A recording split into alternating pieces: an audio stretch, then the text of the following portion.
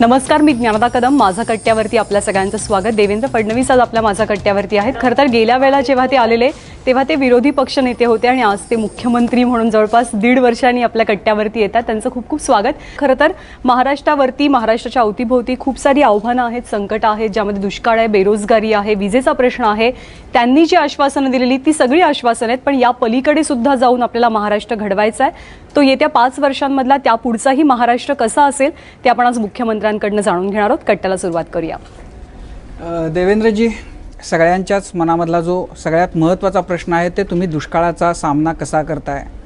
आता तो फक्त महाराष्ट्रापुरता नाही, देशापुरता सगळ्यात गंभीर असा प्रश्न झालेला आहे. एक त्याच्याबद्दल तुम्ही जे काही करता आहात ते बऱ्याचदा असं आहे की जलयुक्त शिवार हा परवलीचा शब्द झाला आहे, आपण असं म्हणूया.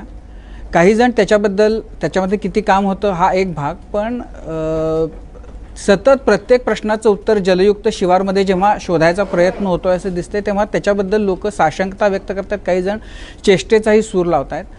तुम्ही म्हणजे सगळं तुमचं जे काही आहे ते तुम्ही त्या जलयुक्त शिवारवर लावलेलं आहे असंच चित्र आहे आत्ताचं. ह्याच्यानं स्थिती बदलेल, दुष्काळ हटेल महाराष्ट्रातला? कारण असे प्रयोग यापूर्वी अनेक सरकारांनी, अनेक मुख्यमंत्र्यांनी त्यांच्या आयडियातून काहीतरी जलसंधारणाच्या बद्दलचं काहीतरी आणलं होतं. ते पुढं त्याचं काय झालं महाराष्ट्र बघतोय आणि त्याची फळं आज आपण भोगतो आहोत सगळेजण. मला असं वाटतं की जलयुक्त शिवार हे एक टायटल आहे की ज्याच्या अंतर्गत जलसंधारणाचे वेगवेगळी कामं ही आपापल्या पद्धतीनं जनता करते, सरकार करते, NGOs करतायत आणि त्याचा खरोखर एक जमिनीवर आपल्याला परिणाम दिसतोय. मुळामध्ये जर महाराष्ट्राचा आपण विचार केला तर महाराष्ट्रामध्ये सगळी धरणं आपण पूर्ण केली तरीही महाराष्ट्राच्या 50% शेतीला केवळ आपण प्रवाही सिंचन देऊ शकतो. त्यामुळे 50% महाराष्ट्र हा कोरडाच राहणार आहे. आणि म्हणून महाराष्ट्राच्या एकूण सगळ्या व्यवस्थेवरचा उपाय काय आहे तर जलसंधारणातनं पाणलोट क्षेत्राचा विकास करत विकेंद्रित पाण्याचे साठे तयार करायचे, हा महाराष्ट्रावरचा उपाय आहे. हा मी सांगितलेला नाही, हा उपाय चितळेंच्या आयोगाने सांगितला आहे. त्यांनी पहिला जो अहवाल दिला त्याच्यामध्ये सांगितलेला आहे, त्याच्यापूर्वी दांडेकरांच्या अहवालात सांगितलेला आहे. आणि राज्यामध्ये गेली 50 वर्ष आम्ही जलसंधारणाच्या माध्यमातून विकेंद्रित पाण्याचे साठे तयार करणं हा एकमेव उपाय आहे असं म्हणतो आहे. मी केवळ काय केलं असेल तर जे आम्ही थेरोटिकली सांगत होतो ते मी प्रॅक्टिकल आणण्याचा प्रयत्न केला. आणि आज आपण जर बघितलं तर मुळामध्ये आपली अवस्था कशी आहे बघा. इतक्या मोठ्या प्रमाणात सिंचनामध्ये आपण गुंतवणूक केली, ती पूर्ण होऊ शकली नाही. 70,000 कोटी रुपये खर्च केले आहेत, सगळी धरणं अर्धवट आहेत. ती सगळी धरणं पूर्ण करायची 1 लाख कोटी रुपये अजून आपल्याला हवे आहेत, ते उभे करू, तो प्रश्न नाही आहे. धरणं नकोत असं माझं मत नाही आहे. पण हे सगळं करता करता जर पुढची 10 वर्ष उजाडली तर लोकांनी असंच मरायचं का? आणि हे सगळं करून जर 50% लोकांनाच प्रवाही सिंचन मिळणार असेल तर मग मॉइश्चर सिक्युरिटी ही शेतकऱ्याचा पहिला अधिकार आहे. आणि म्हणून आपल्याला करावं काय लागेल, भूजलाची पातळी वाढवावी लागेल, आपलं पडणारा पाण्याचा थेंब थेंब हा साठवावा लागेल, तो जमिनीत मुरवावा लागेल. याकरताच जलयुक्त शिवार आपण योजना सुरू केली. आणि मला आपल्याला सांगितलं पाहिजे की मी पहिल्या दिवशी सांगितलं की ही योजना जी आहे, पहिले तर ही मी काहीतरी नव्याने तयार केली अशी नाही. महाराष्ट्रामध्ये 14 योजना चालल्या होत्या वॉटरशेड डेव्हलपमेंटच्या संदर्भातल्या किंवा जलसंधारणाच्या. पण आम्ही काम काय करायचो, एकाला टोपी घालायचो, एकाला शर्ट घालायचो, एकाला पॅन्ट घालायचो, एकाला जोडे घालायचो, कोणीच तयार व्हायचं नाही, एकाही पाणलोटाचा विकास व्हायचा नाही, पैसे जायचे. पण जलसंधारण म्हणजे फक्त चर्चा करण्याचा आणि एक काहीतरी बाबा आम्ही करतो आहोत अशा प्रकारचं दाखवण्याचा एक विषय झाला होता. मी 14 योजनांचं एकत्रीकरण केलं, कॉन्व्हर्जन्स ऑफ स्कीम्स आणि कॉन्व्हर्जन्स ऑफ कमांड केला. नुसत्या स्कीम्स एकत्रित करून चालत नाही, शासनाचे सगळे विभाग सायलोजमध्ये काम करतात. त्यामुळे त्यांचं कोणीतरी एक माणूस जोपर्यंत, म्हणजे आपण आमच्याकडे म्हणतो कासरा, तो जोपर्यंत हातात धरत नाही तोपर्यंत ते नीट चालत नाही. मग कॉन्व्हर्जन्स ऑफ कमांड केला, जिल्हाधिकाऱ्याला या योजनेकरता सगळ्या विभागाचं प्रमुख बनवलं आणि त्याच्या अंतर्गत सगळे विभाग आणले आणि मग कामाची सुरुवात झाली. आणि मी माझ्या पहिल्या भाषणात, आपल्या इकडे ते भाषण असेल असं सांगितलं होतं जलयुक्त शिवार ही जर सरकारची योजना राहिली तर ही कधीच यशस्वी होणार नाही. ही जनतेची योजना झाली पाहिजे आणि ती जनतेने उचलली. 350 कोटी रुपयाचं लोकांनी कॉन्ट्रीब्युशन दिलं. आता लोक इतकं काम करतायत म्हणजे ज्याला आपण ऑटोमॅटिक रूट किंवा असं म्हणतो त्या रूटवरती गेलेली आहे.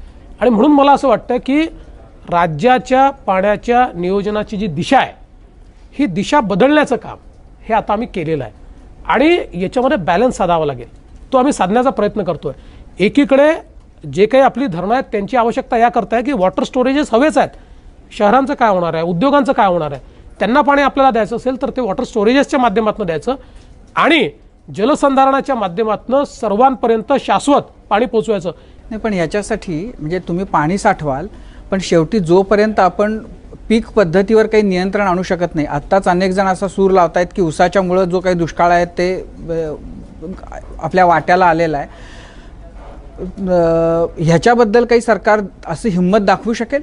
नाही, करावंच लागेल.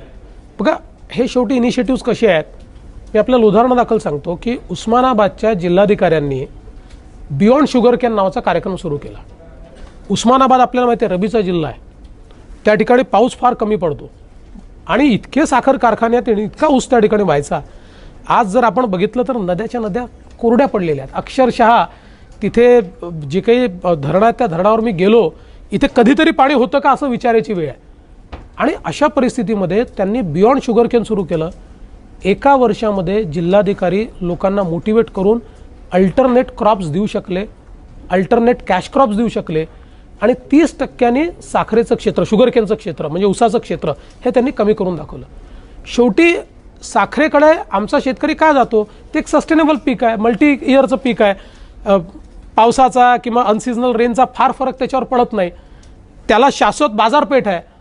कारखान्याला ती विकत घ्यायचंच आहे कारण कारखान्याची अर्थव्यवस्था त्याच्यावर आहे. त्याला FRP आहे. आपण जर तशीच अल्टरनेटिव्ह दिली आणि जी द्यायचा प्रयत्न आपण करतो आहे आणि म्हणून आत्ता एक मी परवा देखील सांगितलं की वर्ल्ड बँकेला आत्ता पहिल्यांदा आम्ही एक प्रस्ताव दिला आहे आणि वर्ल्ड बँक तो स्वीकारते आहे, ज्याच्यामध्ये अर्धा मराठवाडा म्हणजे मराठवाड्यातली 4000 गावं आणि अर्धा पश्चिम विदर्भातली 2000 गावं, या 6000 गावांमध्ये आम्ही एक इंटिग्रेटेड प्लॅन तयार केला आहे ज्याच्यामध्ये वॉटरशेड डेव्हलपमेंटच्या माध्यमातून डिसेंट्रलाइज वॉटर स्ट्रक्चर्स तयार करू. त्या पाण्याच्या वापराकरता वॉटर यूज एफिशियन्सी हा त्याचा पार्ट 2 आहे आणि क्रॉपिंग पॅटर्न हा पार्ट 3 आहे. कंप्लीट त्याचं लिंकेज आणि मग त्याला मार्केटशी लिंकेज असा समग्र अशा प्रकारचा एक आम्ही प्रस्ताव हा वर्ल्ड बँकेला दिला आणि वर्ल्ड बँकेचे अधिकारी माझ्याशी चर्चा, त्यांच्या कंट्री हेडनी चर्चा केली. ते म्हणाले की इतक्या वर्षात पहिल्यांदा शेतीतला इतका शाश्वत विकासाचा प्रस्ताव आमच्याकडे आला आहे. साधारणपणे वर्ल्ड बँकेला एखाद्या प्रस्तावावर निर्णय करण्याकरता खूप वेळ लागतो, जवळजवळ 1.5 वर्ष लागतं. त्यांनी सांगितलं की या प्रस्तावाला मी इमर्जन्सी विंडो ओपन करू. 6000 गावांमध्ये काय होईल याच्यामुळं? नाही, मुळामध्ये या 6000 गावांमध्ये मॉइश्चर सिक्युरिटी तयार करू. यातनं शेतीला शाश्वत सिंचनाची व्यवस्था होईल. जे पाणी आहे त्याचा मायक्रो इरिगेशननी वापर करायचा म्हणजे पाण्याची वॉटर यूज एफिशियन्सी वाढू. म्हणजे जो काही थांबवलेला पाण्याचा थेंब आहे त्याची अकाउंटेबिलिटी एस्टॅब्लिश होईल, त्याचा अनिर्बद्ध वापर होणार नाही.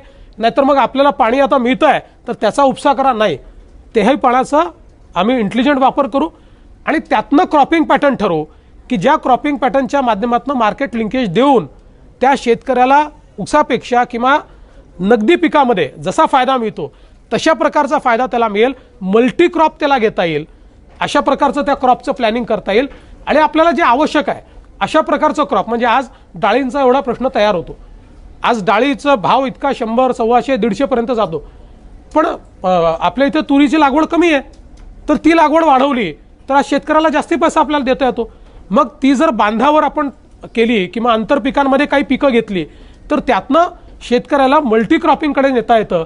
त्याकरता त्याला आवश्यक आहे पाणी, ते पाणी दिलं आणि त्याला जर हे क्रॉपिंग पॅटर्न आपण फायनल करून दिलं तर निश्चित शेतकरी त्याच्याकडे जाईल आणि म्हणून अतिशय चांगली पथदर्शी योजना मी तयार केली. ह्या डाळीच्या बद्दल तुम्ही आता बोलात, खरं बाकी सगळ्यांना प्रश्न विचारायचे असतील, मी एक डाळीच्या बद्दल शेवटचा विचारतो प्रश्न की डाळीच्या बद्दल आता तुम्ही निर्णय घेतलात की कमाल आम्ही काय त्याचं, हा दर खेपेला शेतकऱ्याच्या मालाच्या बद्दल असा सरकार विचार का करतं की याचं काय मूल्य असावं म्हणून? जेव्हा त्याला चांगला भाव येत असेल तेव्हा जास्तीत जास्त भाव शेतकऱ्याच्या पदरात जावा याच्यासाठी सरकार का विचार करत नाही? दर खेपेला ग्राहकच का डोळ्यासमोर असतो त्यांच्या? मुळामध्ये हा जो कायदा तयार केला आहे हा शेतकऱ्याच्या विरोधात नाही.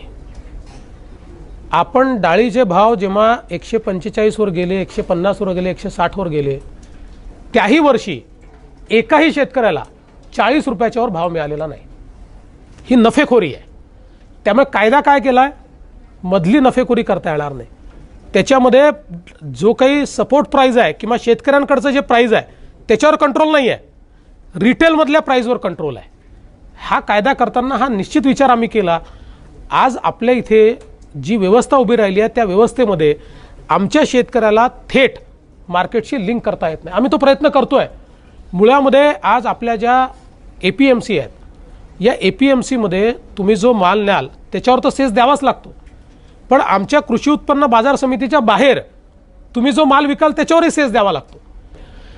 आता आमचं म्हणणं असं आहे की APMCच्या आत जे व्यवहार होतात त्या व्यवहारावर तर सेस दिला पाहिजे, बाहेरच्या व्यवहारावर सेस का घ्यायचा. पण आता आपल्याला माहिती आहे की APMCवर राजकीय नेत्यांचा इतका पगडा आहे की त्यांना असं वाटतं की हा अधिकार गेला तर जे पैसे आम्हाला मिळत होते ते पैसे कमी मिळतील. मुळात ते त्यांचे पैसे नाही आहेत. आणि त्याच्यामध्ये आम्ही दुसरं असं म्हणतोय की रेग्युलेटर म्हणून जे APMC काम करते आहे, APMCने रेग्युलेटर म्हणून काम नाही केलं पाहिजे. रेग्युलेटर दुसरा तयार करू. Let private APMC also come. Private APMC आणि ही APMC दोघांनाही समान लेवल प्लेइंग फील्ड देऊ. जो जास्ती पैसा देईल त्याच्याकडे शेतकरी जाईल. आज आपल्या शेतकऱ्याला आपण बांधून ठेवलं आहे. डाळी किंवा याच्या संदर्भात असंच होतं की जोपर्यंत त्या शेतकऱ्याला थेट लिंकेज मिळत नाही तोपर्यंत मधला माल हा सगळा व्यापारी खाणार आहे, तो शेतकऱ्याला कधीच मिळणार नाही आहे.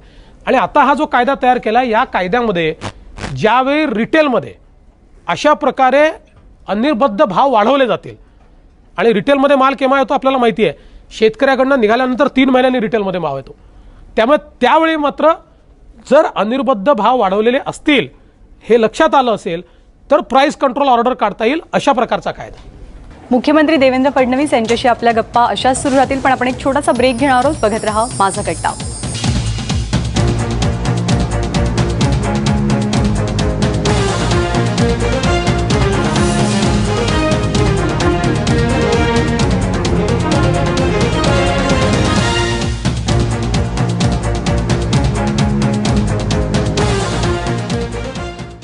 कॉटन किंग प्रस्तुत माझा कट्ट्यामध्ये आपल्या सगळ्यांचं पुन्हा एकदा स्वागत. राज्याचे मुख्यमंत्री आज माझा कट्ट्यावर आले आहेत. मला एक प्रश्न आहे. तुम्ही आता म्हटलं की बियॉन्ड शुगर केन, तर गंमत अशी आहे की आज जर बघितलं तर चांगलं भाव मिळणारं पीक हे ऊसच आहे. आणि दुसरी जर बघितली पिकं म्हणजे कांदा किंवा बटाटा किंवा इतर पिकं, तर याचे भाव आपण आता बघतो की कसे गडगडतात. आहे कांद्याचंच उदाहरण आपल्यासमोर आहे. तर ऊस जर घ्यायचा नसेल तर या पिकांकडे वळावं लागेल किंवा कडधान्यांकडे वळावं लागेल. तर मात्र या पिकांना भाव नाही आहे, तर सरकार यासाठी काय प्रयत्न करणार आहे. आणि तुम्ही FRPचं म्हटला तर ऊसाप्रमाणे या पिकांसाठी पण FRPची सरकारची काय योजना आहे का. नाही, मुळामध्ये अतिशय चांगला प्रश्न तुम्ही विचारला.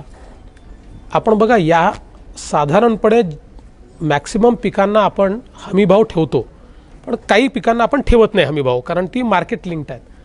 आता मुळामध्ये ऊसाच्या शेतकऱ्याला FRP का मिळते आणि ऊसाचा शेतकरी मार्केटवर कंट्रोल का करू शकतो आणि कांद्याचा शेतकरी का करू शकत नाही, कारण ऊसावर प्रक्रिया करणारा उद्योग हा त्या ठिकाणी तयार झाला. आणि उद्या जर शेतकऱ्यांनी ऊस पिकवत नाही म्हटलं तर कारखाना चालू शकत नाही, कारखान्याचं अर्थकारण अडचणीत येतं. त्यामुळे कारखान्याला काही झालं तरी FRP द्यावी लागणार आहे, त्याला शेतकऱ्याला सांभाळून ठेवावं लागणार आहे. मग कारखानदार त्या शेतकऱ्याकरता, जे चांगले लोक आहेत कारखानदार आहेत, ते त्याच्याकरता बेटर इनिशिएटिव्ह आणतात, बेटर शुगर केन इनिशिएटिव्ह आणतात, काही ठिकाणी त्याच्याकरता नवीन तंत्रज्ञान आणतात, कारण त्यांना ते हवं आहे. असं कांद्याकरता नाही आहे. मग आता आम्ही त्याच्यातनं व्हॅल्यू चेन्सला मान्यता दिली.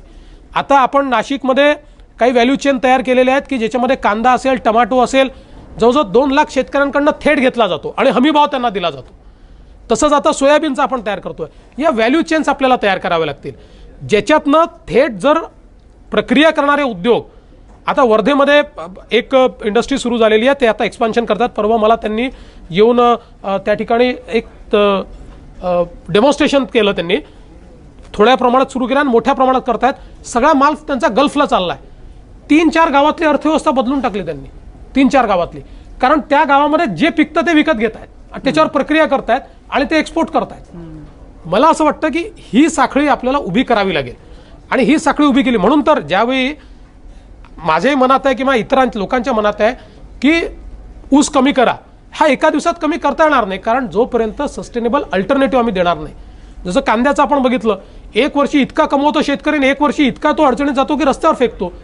हे बॉटलनेक्स आपल्याला दूर करावे लागतील. आज जे मार्केट लिंकेजेस आम्ही तयार करतोय, ज्या व्हॅल्यू चेन्स आम्ही तयार करतोय, 5 लाख शेतकऱ्यांपर्यंत आम्ही पोहोचलो आहोत. आम्हाला पोचायचं आहे 25 लाख शेतकऱ्यांपर्यंत. आत्ता बघा, मी आत्ता सकाळी रेमंड्सचं उद्घाटन करून आलो.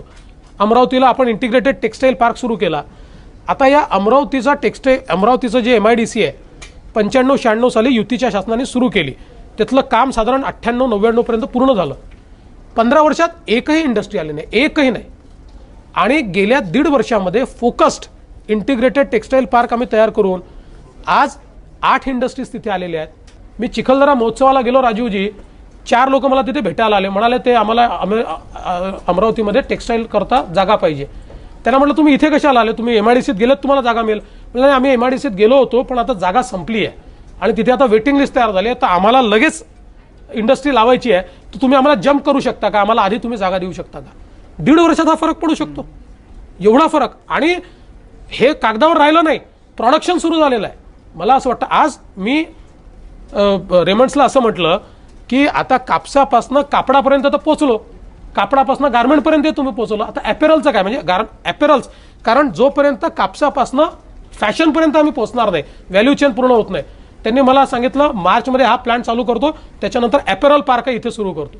H&Mची आम्ही बोललो ॲपेरल पार्क सुरू करा. त्याच्यातनं म्हणजे आजच्या प्लॅनमधनं 8,000 लोकांना रोजगार मिळणार आहे, पण एक ॲपेरल पार्क सुरू झालं तर 25,000 लोकांना रोजगार मिळतो. ही सगळी व्हॅल्यू चेन पूर्ण होते. मला असं वाटतं की हाच याच्यावरचा उपाय आहे. पण हे सगळं तुम्ही जेव्हा करताय तेव्हा एक तुमच्यावर प्रामुख्यानं जी टीका होती ती असं की तुम्ही विदर्भासाठी खूप करताय, म्हणजे यवतमाळ, अमरावती, तर त्यामुळे तुमचं विदर्भावरच जास्त प्रेम आहे, विदर्भालाच तुम्ही देताय, बाकीच्यांच्याकडे दुर्लक्ष करताय. आणि त्याच्यामध्ये दुसरे तुमचे जे सहकारी होते त्यांनी जे 1 मेच्या निमित्तानं आता विदर्भामध्ये सुरू केले, त्याच्यामुळे तुमच्याबद्दल म्हणजे तोही एक तुमच्याबद्दलच्या नाराजीचा किंवा टीकेचा विषय आहे. बघा, पहिली गोष्ट तर अशी आहे की मी पूर्ण महाराष्ट्राकरता करतोय. इंटिग्रेटेड टेक्सटाईल पार्क हे फक्त विदर्भात केलेले नाही, ते विदर्भात केले आहेत, ते मराठवाड्यात केले आहेत, ते उत्तर महाराष्ट्रात केले आहेत आणि सगळीकडे इन्व्हेस्टमेंट येणं सुरू झालेलं आहे. 11 म्हणजे जे कापूस उत्पादक जिल्हे आहेत 11, त्या 11ही जिल्ह्यांमध्ये इंटिग्रेटेड टेक्सटाईल पार्क आपण करतोय, त्याचं कामाची सुरुवात आपण करतोय. त्यासोबत मराठवाड्यामध्ये जी देशातली पहिली DMICची MIDC शेंद्रा बिडकीन 30 तारखेला, म्हणजे आज ॲक्च्युली आम्ही त्याचं भूमिपूजन करणार होतो, पण आता हा सगळा दुष्काळ पाहता आणि तिथे इंडस्ट्रीला पाणी देऊ नका अशा प्रकारचं एक ऑर्डर हायकोर्टाने दिलेलं आहे, ते सगळं पाहता आता लॉन्च करायला हे वातावरण योग्य नाही. त्याच्यामुळे पावसाळ्याच्या नंतर आम्ही त्याला लॉन्च करू, काम तर आता सुरू करू. पण ती देशातली पहिली DMIC मधली पहिली MIDC 4,000 एकराचं ॲग्रिगेशन झालं आहे. फर्स्ट कॉरिडॉर ऑफ DMIC आम्ही त्या ठिकाणी सुरू करतोय. त्यामुळे मराठवाड्यामध्ये देखील, उत्तर महाराष्ट्रामध्ये देखील, सगळ्या भागांमध्ये, म्हणजे आता आम्ही जी पॉलिसी आणली त्या पॉलिसीमध्ये आम्ही उत्तर महाराष्ट्र आणि कोकणातले जिल्हे घेतले की जे इन्सेंटिव्ह द्यायचे आहेत ते इन्सेंटिव्ह कुठे दिले पाहिजेत, जे प्रगत आहेत त्यांना इन्सेंटिव्ह कशाला द्यायचे, कोकणातल्या 2 जिल्ह्यांना द्या, उत्तर महाराष्ट्राला द्या, मराठवाड्याला द्या. आता मी जसं सांगितलं की आम्ही जो काही आता वर्ल्ड बँकेला प्रोजेक्ट दिला, या प्रोजेक्टमध्ये अर्धा मराठवाडा कव्हर करतोय आम्ही, अर्धा मराठवाडा, 4,000 गावं मराठवाड्याची कव्हर करतोय.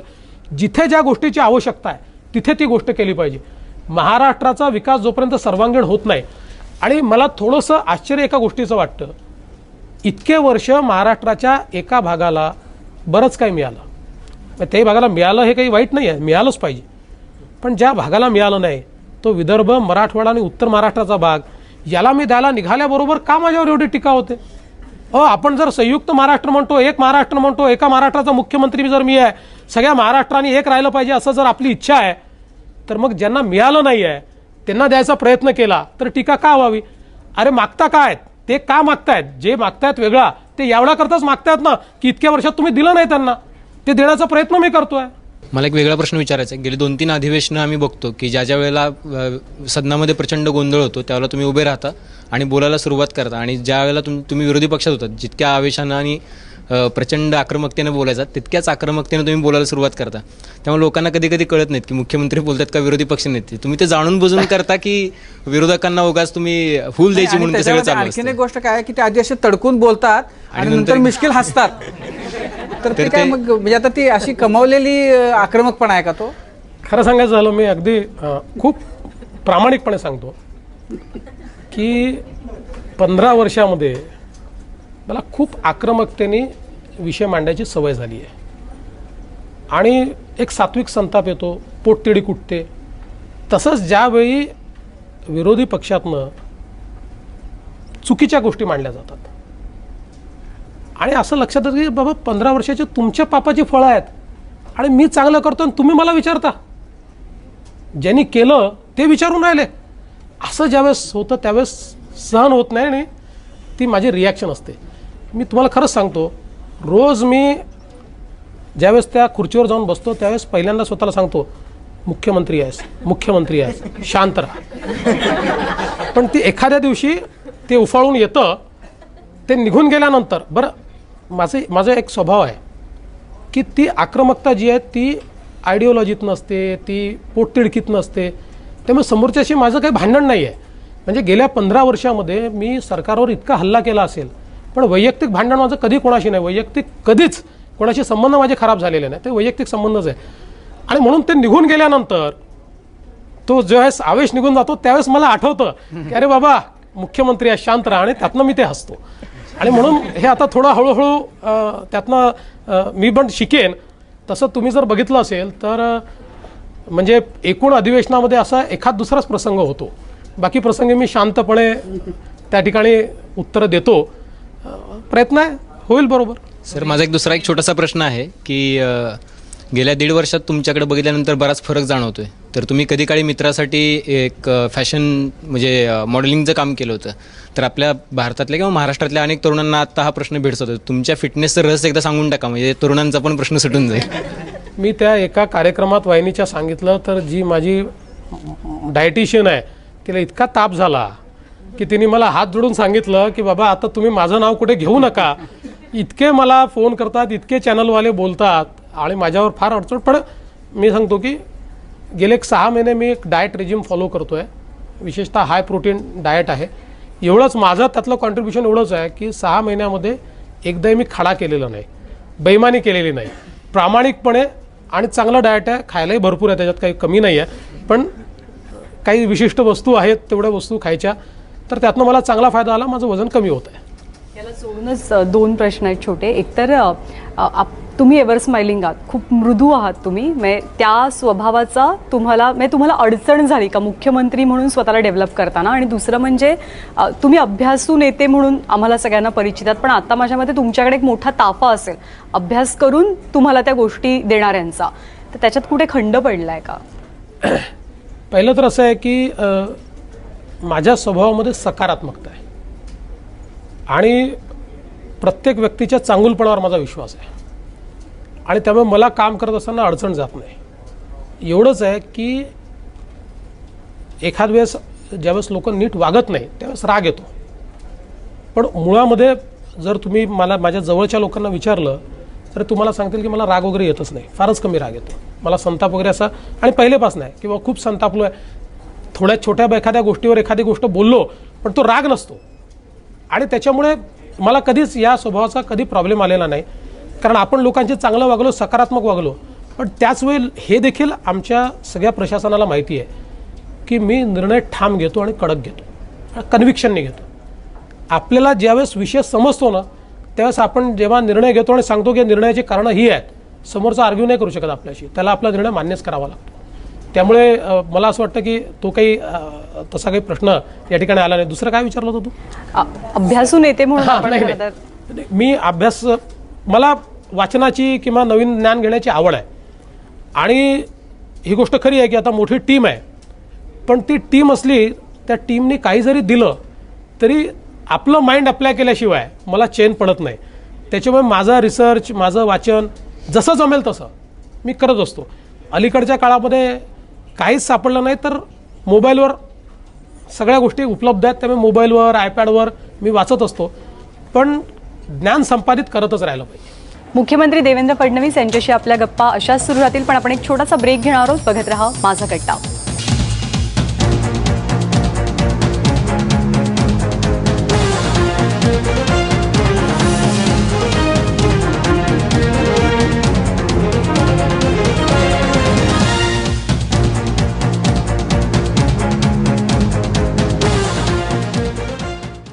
कॉटन किंग प्रस्तुत माझा कट्ट्यामध्ये आपल्या सगळ्यांचं पुन्हा एकदा स्वागत. राज्याचे मुख्यमंत्री आज माझा कट्ट्यावर आले आहेत. मलाच नाही, सगळ्या मुंबईकरांना भेडसावणारी जो प्रश्न आहे तो मेट्रोसाठीची कारशेड तुम्ही ती आरेमध्ये घेऊन जायचं आणि तो तुम्ही एकदा त्याचा विचार केलात किंवा विचार केल्यासारखं दाखवलं, पण तुम्ही ती परत तिथंच घेऊन जाताय.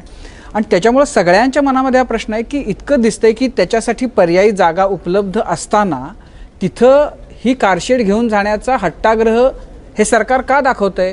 का हा जो आरोप आहे की त्या बीपीटीच्या ज्या जमिनी आहेत ते कुणा उद्योजकाच्या घशात घालायच्या आहेत आणि त्याच्यामुळं सरकार त्या जमिनी वाचवून कारशेड तिकडच्या ऐवजी इकडे घेऊन जाते?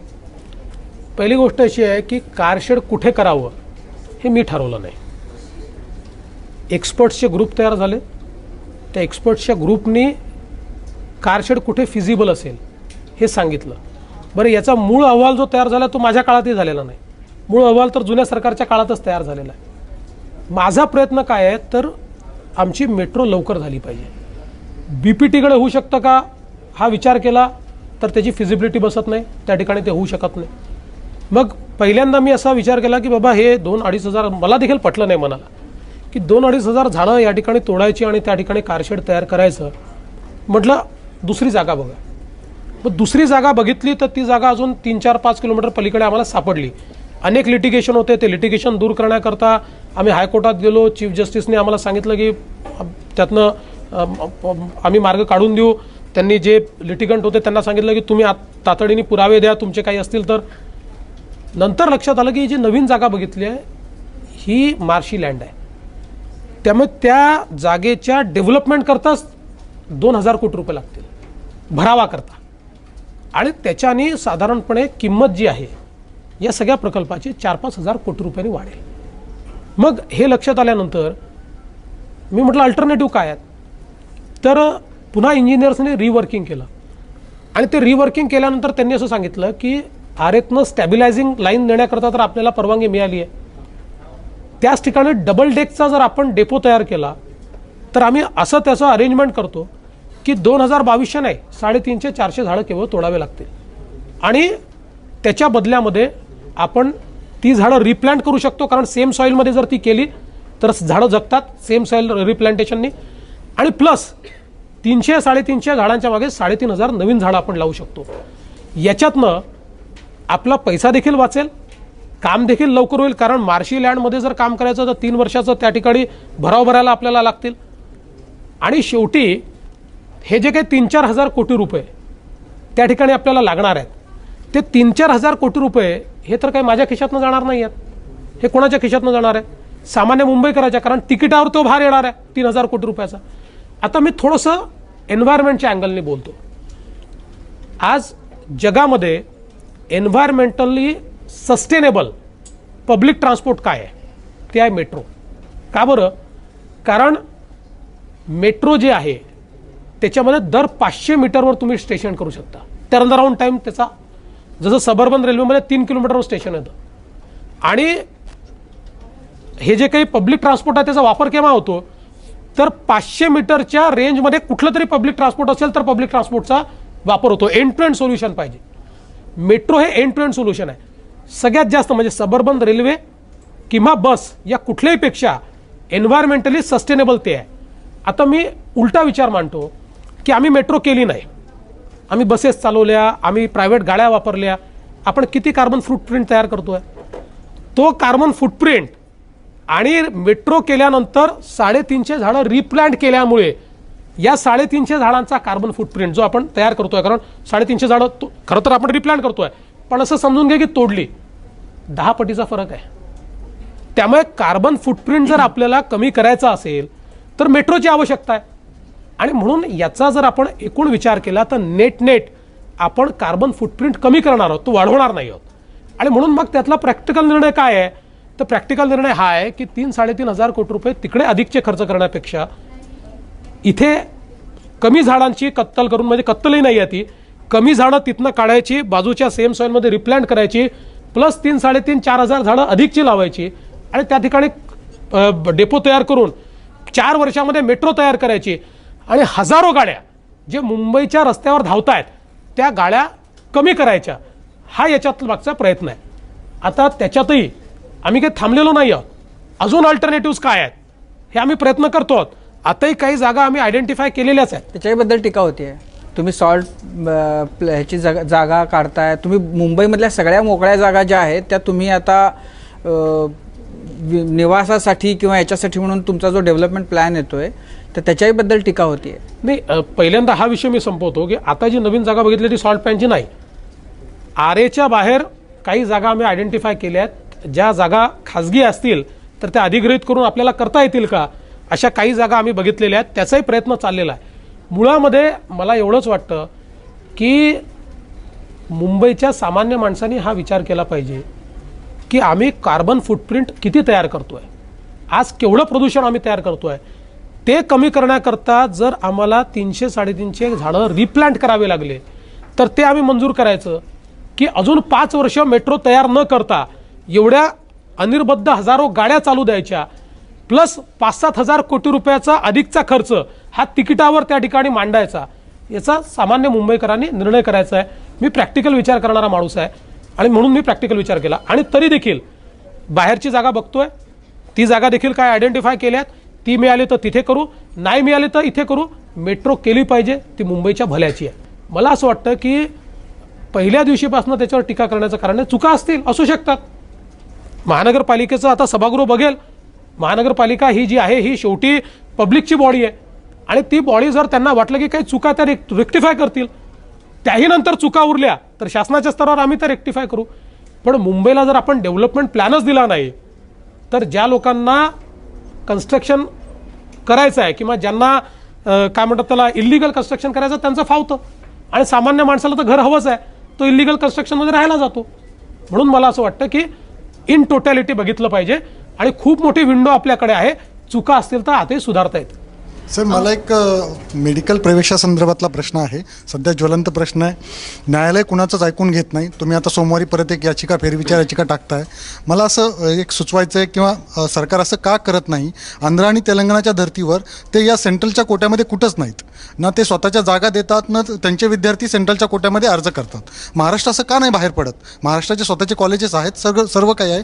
का आपल्याला गरज आहे सेंट्रलच्या कोट्यामध्ये जायची? कोट्याकरता आताही मर्यादित राहिलेली नाही. आता ही जी नीट आहे ती आंध्र आणि कर्नाटकलाही लागू आहे. आमच्यासोबत तेही उद्या 8 राज्य आम्ही चाललो आहे. आंध्र आणि कर्नाटकलाही लागू आहे. सेंट्रलचा कोटा हा 15% असतो, 85% लोकल कोटा असतो आणि त्याच्याकरता आपल्यालाही लागू नव्हता. आपल्या इकडे आपण आपली परीक्षा घ्यायचो, ते त्यांची घ्यायचे. आंध्र स्वतःची घ्यायचं, कर्नाटक स्वतःची घ्यायचं. आता नीटमुळे आंध्रलाही स्वतःची घेता येणार नाही, कर्नाटकलाही घेता येणार नाही, महाराष्ट्रालाही घेता येणार नाही. नाही, आधीची जी AIPMT होती त्याच्यामध्ये AIPMTचा फक्त 15%चा प्रश्न आहे. 85%ला AIPMT लागू नाही आणि म्हणून या 15%ने आपला प्रॉब्लेम सॉल्व्ह होत नाही. त्या 15%वर तर लोक जायला तयार आहेत, ती अडचण नाही आहे. प्रॉब्लेम 85%चा तयार झाला आहे आणि तो केवळ महाराष्ट्रासमोर नाही आहे, तो आंध्रसमोर आहे, तो कर्नाटक समोर आहे, तो सगळ्या 8 राज्यांसमोर हा प्रश्न आहे की ज्या 8 राज्य आता परवा रिव्ह्यू पिटिशनमध्ये चालले आहेत की ज्यांना आता या नीटमुळे महाराष्ट्रातला, आता एक उदाहरण द्यायचं झालं तर जो विद्यार्थी म्हणजे यातही विद्यार्थी बाहेरचा येणार नाही आहे. ही जी काही नीट होणार आहे या नीटमुळे येणारा विद्यार्थी महाराष्ट्रातलाच येणार आहे. पण प्रॉब्लेम कुठे होणार आहे? आज तुमचे 80% विद्यार्थी हे स्टेट बोर्डाचे आहेत, 20% विद्यार्थी ICSEचे आहेत, CBSEचे आहेत आणि नीटची परीक्षा जी होते त्याचं जे सिलेबस आहे ते CBSEचं सिलेबस आहे. गेली वर्षभर मी महाराष्ट्राच्या बोर्डाच्या सिलेबसनी अभ्यास करतोय आणि 5 दिवसात तुम्ही मला सांगाल की सेंट्रल बोर्डाच्या सिलेबसने तू परीक्षा दे, हे शक्य होत नाही. एवढं काही कोणाचं माइंड कम्प्युटर नसतं. हुशार मुलं आहे पण याच्यामुळे ते गडबडतील आणि म्हणून त्यांची जी मागणी आहे ती रास्त आहे. आम्ही 5 तारखेला MHCET घेतोच आहोत आणि आम्ही सेंट्रल गव्हर्नमेंट सुप्रीम कोर्टाला हेच सांगायचा प्रयत्न करतो आहोत की तुम्हाला जर ट्रान्झिशन करायचं तर 2018 सालापासून करा. आम्ही 2 वर्षामध्ये जो काही आमचा कोर्स आहे तो त्या लेवलला नेऊ, दोन्ही कोर्सेस सारखे करू म्हणजे आमची पोरं देखील ती ट्रेनिंग प्राप्त करतील. दुसरा प्रश्न एक सुप्रीम कोर्टाच्या निर्णयाने असा आमच्यासमोर तयार झाला आहे, AIPMT देखील नीट असं ते म्हणतात आणि जे AIPMTला बसले नाहीत त्यांच्याकरता 22 तारखेला आम्ही पुन्हा परीक्षा घेऊ. आता प्रश्न आमच्यासमोर हा आहे, AIPMTची एक मेरिट लिस्ट तयार होईल, एक मेरिट लिस्ट यांनी घेतलेल्या नीटची तयार होईल. आता 2 वेगवेगळ्या पेपर, कारण दोघी जे पेपर वेगळे आहेत, 2 वेगवेगळ्या मेरिट लिस्ट तयार झाल्यानंतर आम्ही कशाच्या आधारावर त्या ठिकाणी ॲडमिशन्स द्यायच्या? बरं, तुम्ही माणसाचं असेसमेंट 2 वेगवेगळ्या पेपरच्या भरोश्यावर कसं करणार? कदाचित मी जर यांचा पेपर दिला असता तर मला अधिक मार्क मिळाले असते, किंवा यांनी माझा दिला असता तर कदाचित यांना कमी मार्क मिळाले असते. आणि म्हणून अनेक प्रश्न सुप्रीम कोर्टाच्या या निर्णयामुळे झाले आहेत. आणि म्हणून आमचं महाराष्ट्र म्हणून स्पष्ट मत आहे, 2 याचिका फेटाळल्या. आज विद्यार्थ्यांची याचिका फेटाळली, काल राज्य सरकारची याचिका फेटाळली, तर केंद्राची. तर सोमवारी तुमच्या याचिकेला कसा रिस्पॉन्स मिळेल कोर्टात? आता आम्ही सगळे एवढे राज्य मिळून चाललो आहोत. या प्रॅक्टिकल डिफिकल्टीज आम्ही सुप्रीम कोर्टासमोर ठेवतो आहोत. आणि मला असं वाटतं की सुप्रीम कोर्टाने जी काही भूमिका त्यांना घ्यायची आहे ती भूमिका घेत असताना प्रॅक्टिकल अडचणी समजून घेतल्या पाहिजेत. कोर्ट कशा करताय? कायदा तर त्यांनी अफेल्ड केलाच पाहिजे आणि त्याकरता सुप्रीम कोर्टाचं आम्ही स्वागतच करतो. पण त्याचवेळी जर अशा प्रकारच्या निर्णयाने आमच्या मुलांचं भविष्य आणि भवितव्य खराब होणार असेल तर त्याचाही विचार कुठेतरी करणार आहे की नाही सुप्रीम कोर्ट? आणि म्हणून आम्ही सुप्रीम कोर्टला हे समजून सांगायचा प्रयत्न करतो आहोत की आम्ही नीटच्या विरोधात नाही आहोत. सिंगल एक्झाम मान्य करू, पण आम्हाला विंडो तर द्या, आम्हाला वेळ तर द्या, आमच्या पोरांना तयार तर होऊ द्या. आम्ही ती तयारी करतो. आम्ही 2018 सालापर्यंत वेळ दिली. आम्ही 18 साली याचिका देखील करणार नाही की तुम्ही नीट घेऊ नका. आम्ही 2 वर्षामध्ये आमचा कोर्स जो आहे तो CBSEच्या कोर्सशी अलाईन करू, किंवा जो काही नीटचा कोर्स आहे त्याच्याशी अलाईन करू. आमच्या पोरांना आम्ही त्या ठिकाणी थोडं ग्रामीण भागातल्या पोरांवर अन्याय होईल तरी होईल, आज तर होतोच आहे, अजून अन्याय होईल. कारण शेवटी एका दिवसात पोरांचं अपग्रेडेशन नाही होऊ शकत हो, 2 वर्षातही होऊ शकत नाही. पण ठीक आहे, त्यांना अधिकचं काहीतरी शिकवणी देऊ, काय त्यातनं मार्ग काढू. पण आज तर ज्या प्रकारे हे होत आहे यातनं होणार काय आहे? मिळणार ॲडमिशन महाराष्ट्रातल्याच मुलांना आहे, पण ती कोणाला मिळेल? CBSEच्या मुलांना जास्त मिळेल. आणि हे जे 80% ग्रामीण भागातून आलेले आहेत, जे महाराष्ट्राच्या बोर्डातले मुलं आहेत, यांना मात्र कमी प्रवेश मिळेल. माझे 2 प्रश्न आहेत. एक म्हणजे मराठवाडा असो, विदर्भ असो किंवा उत्तर महाराष्ट्राचा काही भाग असो, तर या भागामध्ये जलसंधारणाची खूप कामं आपल्याला पाहायला मिळतात.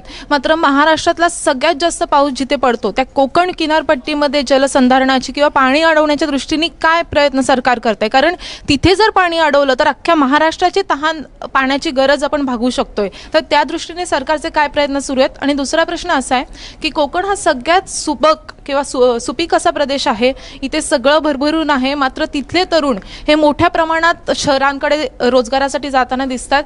तर गेल्या काही वर्षात रोजगाराच्या दृष्टीने ना काही इंडस्ट्री तिथे निर्माण झालेल्या आहेत किंवा पर्यटनासारखा उद्योगही तिथे तेवढ्या मोठ्या प्रमाणावर निर्माण होऊ शकलेला नाही. तर त्या दृष्टीने सरकार काय प्रयत्न करत आहे? मुळामध्ये कोकणामध्ये जलसंधारणाची कामं कमी होऊ शकतात. इतका प्रचंड पाऊस त्या ठिकाणी पडतो. तिथलं जे पडणारं आणि समुद्रात जाणारं पाणी आहे, हे पाणी आम्ही कशा प्रकारे यूज करू शकू? आज शेवटी आपली जी मोठी धरणं आहेत हे कोकणातल्या पाण्यावरच आहेत.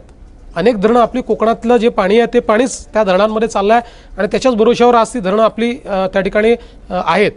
पण हा मूळ प्रयत्न आपला आहे की हे पाणी आपल्याला कशा प्रकारे त्या ठिकाणी जे डायरेक्ट समुद्रात चाललं आहे त्याचा पुनर्वापर आपल्याला, किंवा ते आपल्याला आपल्या धरणांकडे कसं नेता येईल, किंवा त्याचा वापर आपल्याला कसा करता येईल, हा प्रयत्न आपण त्या ठिकाणी करतोय. तसा अभ्यास देखील आपण सुरू केलेला आहे. आणि यासोबत कोकणातल्या नद्या ज्या आहेत त्या वाहत्या केल्या पाहिजे. कोकणातल्या नद्या बारमाही होत्या, आता राहिल्या नाही आहेत, त्या बारमाही केल्या पाहिजे. आता 5 नद्यांच्या संदर्भात राजेंद्र सिंगजी यांनी एक मोठा कार्यक्रम हातात घेतला आहे. राज्य सरकार त्याला मदत करते आहे आणि 5 नद्यांचं पुनरुज्जीवन त्या बारमाही करायचा प्रयत्न आपण त्या ठिकाणी करतो.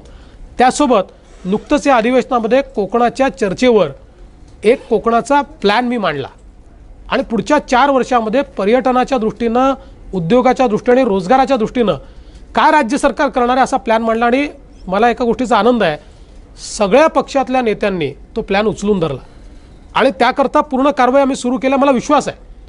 आता काल माझ्याकडे एक दुबई बेस ग्रुप आला होता आणि त्यांनी असं सांगितलं मला की तुम्ही जर कोकणामध्ये आम्हाला जागा उपलब्ध करून दिली तर ज्या प्रकारे बुर्ज खलिफा आम्ही तयार केला आहे, म्हणजे बुर्ज खलिफा नाही आहे, ते एक पर्यटनाचं मोठं केंद्र आहे की जे सगळं त्यांनी तिथे तयार केल्यामुळे लाखो लोक त्या ठिकाणी येतात. तशा प्रकारचं काम आम्ही पर्यटनाचं त्या ठिकाणी करू शकतो. लोकांचा इंटरेस्ट आहे, लोक तिथे निश्चितपणे गुंतवणूक करायला तयार आहेत. त्यांना योग्य फ्रेमवर्क आपण दिलं पाहिजे, तो देण्याचा प्रयत्न आम्ही करतो. देवेंद्रजी, जेव्हा तुम्ही सत्तेत आले तेव्हा सगळ्यात महत्त्वाच्या मुद्द्यांपैकी एक होता भ्रष्टाचाराचा मुद्दा. तुम्ही पहिल्याच दिवशी सांगितलं की आपण सेवा कायदा आणू आणि तो आला सुद्धा. मात्र अजूनही सामान्य माणसाला सरकारी अधिकाऱ्याकडे जाताना म्हणजे भीती वाटते, हा पैसे मागेल, हा आपलं काम करणार नाही. आणि अजून आमच्याकडेही बातम्या येताना ACBच्या कारवाया येतात. तर भ्रष्टाचाराचा जो मुद्दा होता, सरकार जे आलेलं होतं तिथे थोडं काही मागे पडतंय असं वाटतं का? किंवा पुढच्या 3 वर्षात तुमचा भ्रष्टाचारासाठी असा काही कार्यक्रम आहे का महत्त्वाचा? अतिशय चांगली गोष्ट तुम्ही सांगितली की सामान्य माणसाला सरकारी अधिकाऱ्याकडे जायला भीती वाटते. आमचा प्रयत्न हा आहे की सामान्य माणसाला सरकारी अधिकाऱ्याकडे जावंच लागू नये. सेवा हमीचा कायदा आणल्यानंतर 150 सेवा या आम्ही ऑनलाईन केल्या आहेत. या 2 ऑक्टोबरपर्यंत 250 सेवा आम्ही ऑनलाईन करू आणि आमचा प्रयत्न असा आहे की त्याच्यानंतरच्या 1 वर्षात एकही सेवा ही अशी राहणार नाही की जी ऑनलाईन नाही आहे. आणि या ऑनलाईन सेवा 2 ऑक्टोबरपासून आम्ही मोबाईल ॲपवर देणार आहोत. त्यामुळे आमचे संग्राम केंद्र, आमचे सेतू केंद्र, आमचं संग्राम केंद्र हे प्रत्येक ग्रामपंचायतीत देखील आहे. आणि मोबाईल याच्या माध्यमातून महाराष्ट्रातल्या सामान्य माणसाला एकाही कार्यालयात जाण्याचीच आवश्यकता पडू नये अशा प्रकारची व्यवस्था आम्ही उभी करतो आहोत.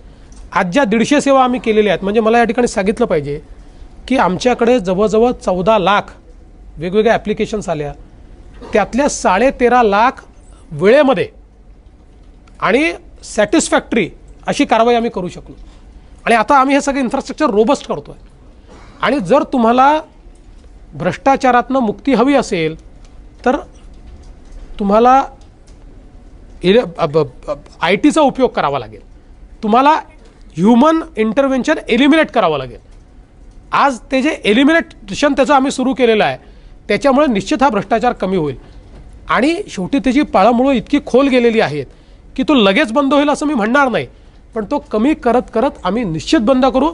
त्याकरता आमचं सरकार कटिबद्ध आहे. देवेंद्रजी, एकूण तुम्ही जे सांगताय ना त्या याच्यामध्ये जे तुम्ही करताय बरंच, पण तरीसुद्धा एकूण वातावरणामध्ये आहे म्हणून तरी गमते उदास असा भाव का आहे? म्हणजे सरकारकडून होत नाही आहे काही, किंवा इन्कम्बन्सीचा तो फटका तुम्हाला बसतोय दोन्ही ठिकाणी सत्ता BJPची असल्यामुळं, कारण का सोशल मीडियावर तुम्ही कमी पडता?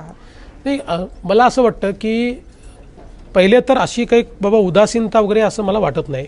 पण एक गोष्ट निश्चित आहे, राज्यातल्या 40,000 गावांपैकी 28,000 गावांमध्ये दुष्काळ आहे. आणि या दुष्काळाचा सरळ फटका सरकारला पडतो, जसा तो सामान्यांना पडतो. कारण सामान्यांना शेवटी मदत कोणाकडनं मिळते? ती सरकारकडनं मिळते. त्यांची अपेक्षा कोणाकडनं आहे? ती सरकारवर आहे. ते राग कोणावर काढू शकतात? ते आपल्या घरच्यांवर नाही काढू शकत, त्यांना सरकारवरच राग काढायचा आहे. त्यामुळे ती अस्वस्थता थोडीशी दुष्काळामुळे निश्चितपणे आहे.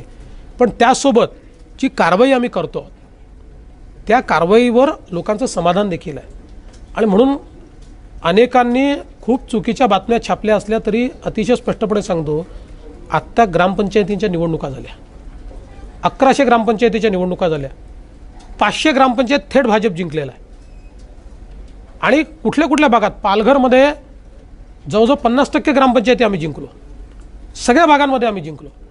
जर लोकांमध्ये इतकी अस्वस्थता असती आणि या ग्रामपंचायतीत जर जुना आपण हिशोब लावला यातल्या 100ही आमच्याकडे नव्हत्या, सगळ्यात मोठा पक्ष आम्ही झालो. त्यामुळे प्रश्न शेवटी निवडणुकांचे हार जीत हा वेगळा गोष्ट आहे. मी केवळ आपण जो लोकांचा मूड म्हटला आहे, मला असं वाटतं की खूप तयारी यावर्षी आम्ही करतो आहे खरीपाची. जर वरुण राजाने चांगला आशीर्वाद दिला तर शेतीचं क्षेत्र बदलेल, आणि शेतीचं क्षेत्र बदललं तर महाराष्ट्रातलं वातावरण देखील चांगलं होईल. शेवटचा प्रश्न आहे. 1 मे 1960लाच महाराष्ट्र आणि गुजरात दोन्ही राज्यांचा जन्म झाला. गेल्या 2 वर्षापूर्वी गुजरात मॉडेलचा खूप जयजयकार झाला. तर आता तुम्ही महाराष्ट्राचे मुख्यमंत्री आहात आणि शेजारचं आपला लहान भाऊ आहे.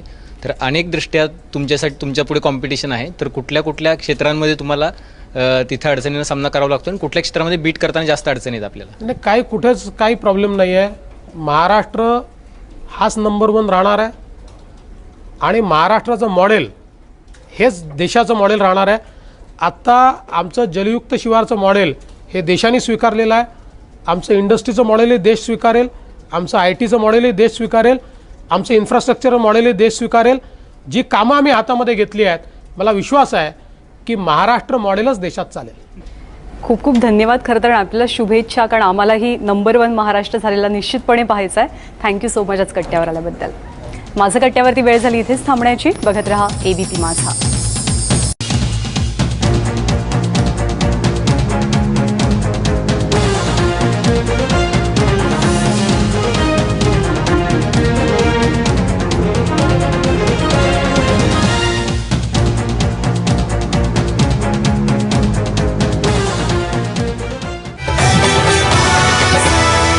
आपल्याला करता येतील का अशा काही जागा आम्ही बघितलेल्या आहेत. त्याचाही प्रयत्न चाललेला आहे.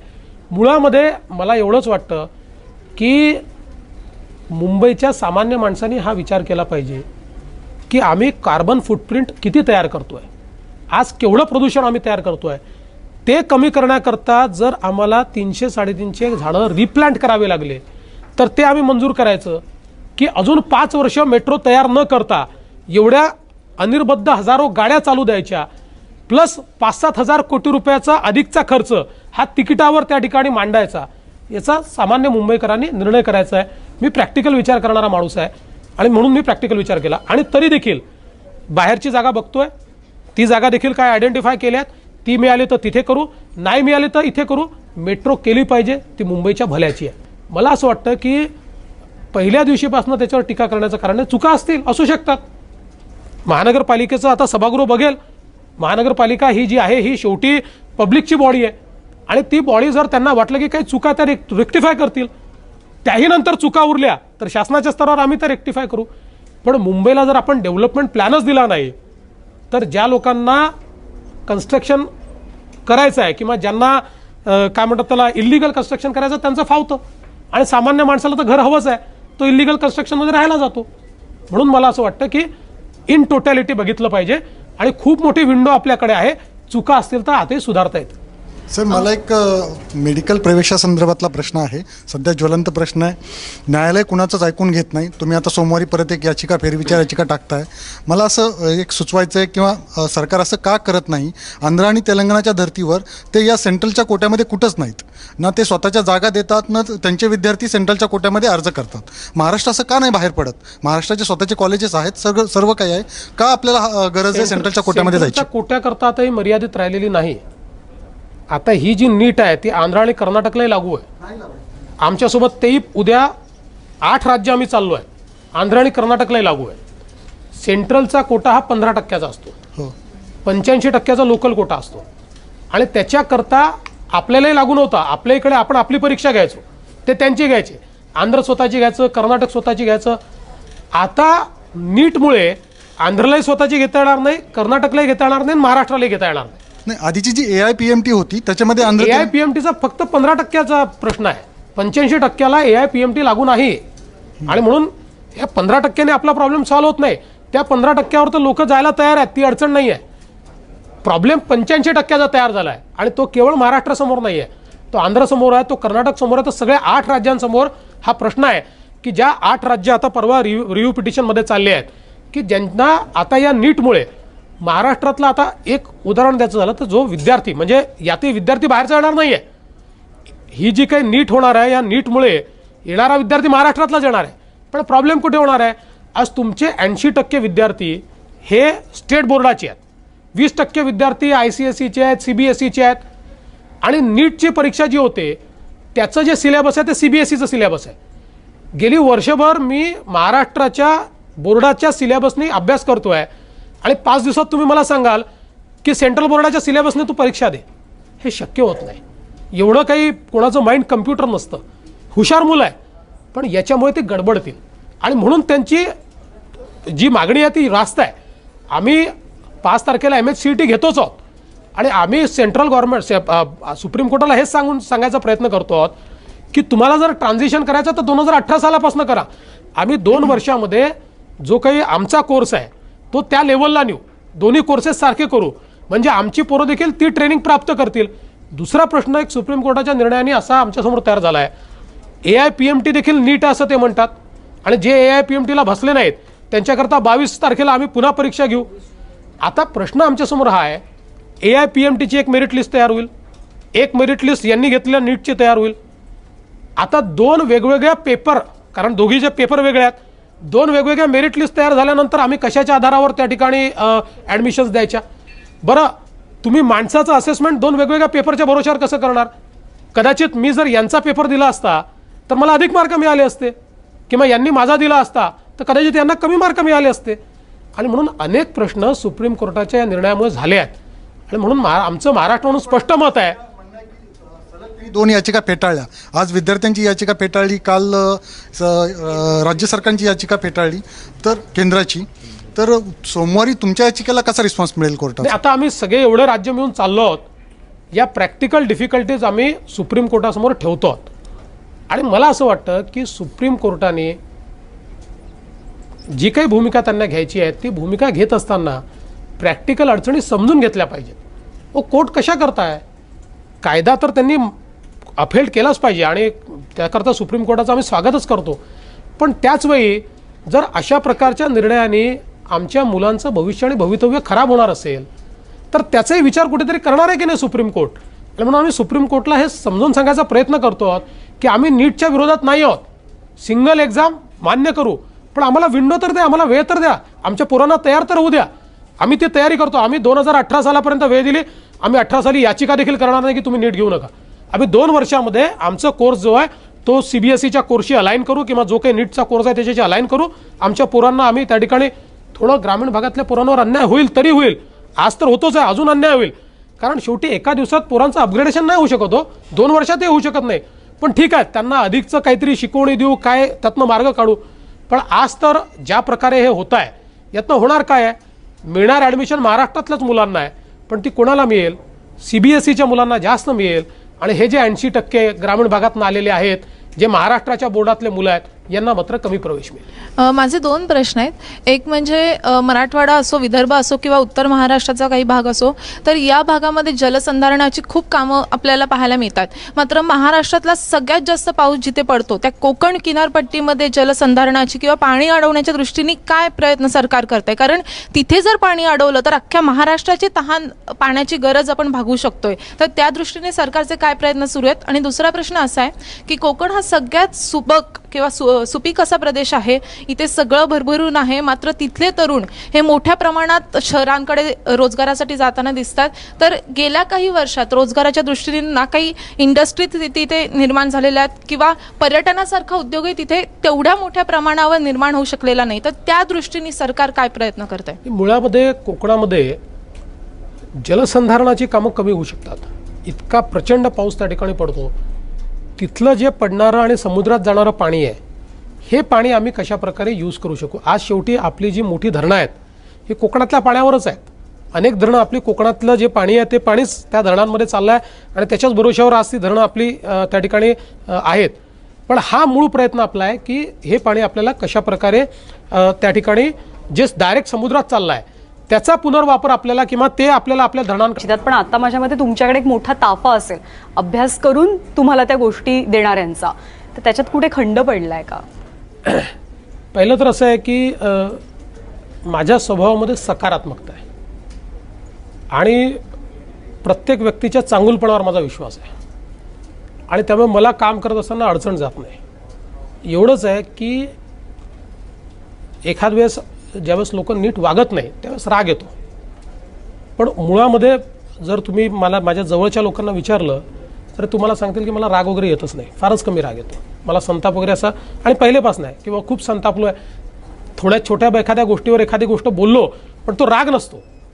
आणि त्याच्यामुळे मला कधीच या स्वभावाचा कधी प्रॉब्लेम आलेला नाही, कारण आपण लोकांचे चांगलं वागलो, सकारात्मक वागलो. पण त्याच वेळी हे देखील आमच्या सगळ्या प्रशासनाला माहिती आहे की मी निर्णय ठाम घेतो आणि कडक घेतो, कन्व्हिक्शनने घेतो.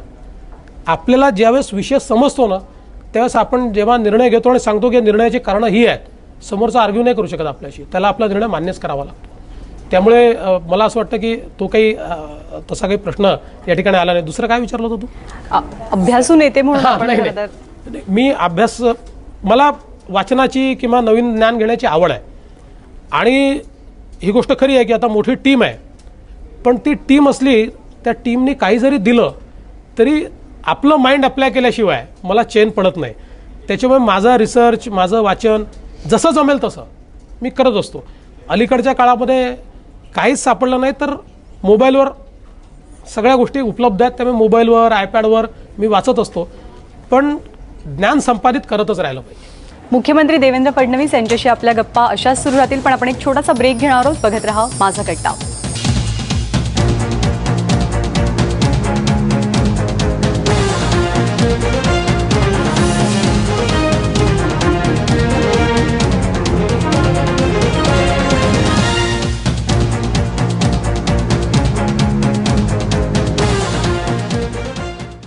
कॉटन किंग प्रस्तुत माझा कट्ट्यामध्ये आपल्या सगळ्यांचं पुन्हा एकदा स्वागत. राज्याचे मुख्यमंत्री आज माझा कट्ट्यावर आले आहेत. मलाच नाही, सगळ्या मुंबईकरांना भेडसावणारी जो प्रश्न आहे तो मेट्रोसाठीची कारशेड तुम्ही ती आरेमध्ये घेऊन जायचं आणि तो तुम्ही एकदा त्याचा विचार केलात किंवा विचार केल्यासारखं दाखवलं, पण तुम्ही ती परत तिथंच घेऊन जाताय. आणि त्याच्यामुळे सगळ्यांच्या मनामध्ये हा प्रश्न आहे की इतकं दिसतंय की त्याच्यासाठी पर्यायी जागा उपलब्ध असताना तिथं ही कारशेड घेऊन जाण्याचा हट्टाग्रह हे सरकार का दाखवतंय? का हा जो आरोप आहे की त्या बीपीटीच्या ज्या जमिनी आहेत ते कुणा उद्योजकाच्या घशात घालायच्या आहेत आणि त्याच्यामुळे सरकार त्या जमिनी वाचवून कारशेड तिकडच्या ऐवजी इकडे घेऊन जाते? पहिली गोष्ट अशी आहे की कारशेड कुठे करावं हे मी ठरवलं नाही. एक्सपर्ट्सचे ग्रुप तयार झाले, त्या एक्सपर्ट्सच्या ग्रुपनी कारशेड कुठे फिजिबल असेल हे सांगितलं. बरं, याचा मूळ अहवाल जो तयार झाला तो माझ्या काळातही झालेला नाही. मूळ अहवाल तर जुन्या सरकारच्या काळातच तयार झालेला आहे. माझा प्रयत्न काय आहे तर आमची मेट्रो लवकर झाली पाहिजे. बीपीटीकडे होऊ शकतं का हा विचार केला तर त्याची फिजिबिलिटी बसत नाही, त्या ठिकाणी ते होऊ शकत नाही. मग पहिल्यांदा मी असा विचार केला की बाबा हे 2-2.5 हजार, मला देखील पटलं नाही मनाला की 2-2.5 हजार झाडं या ठिकाणी तोडायची आणि त्या ठिकाणी कारशेड तयार करायचं. म्हटलं दुसरी जागा बघा.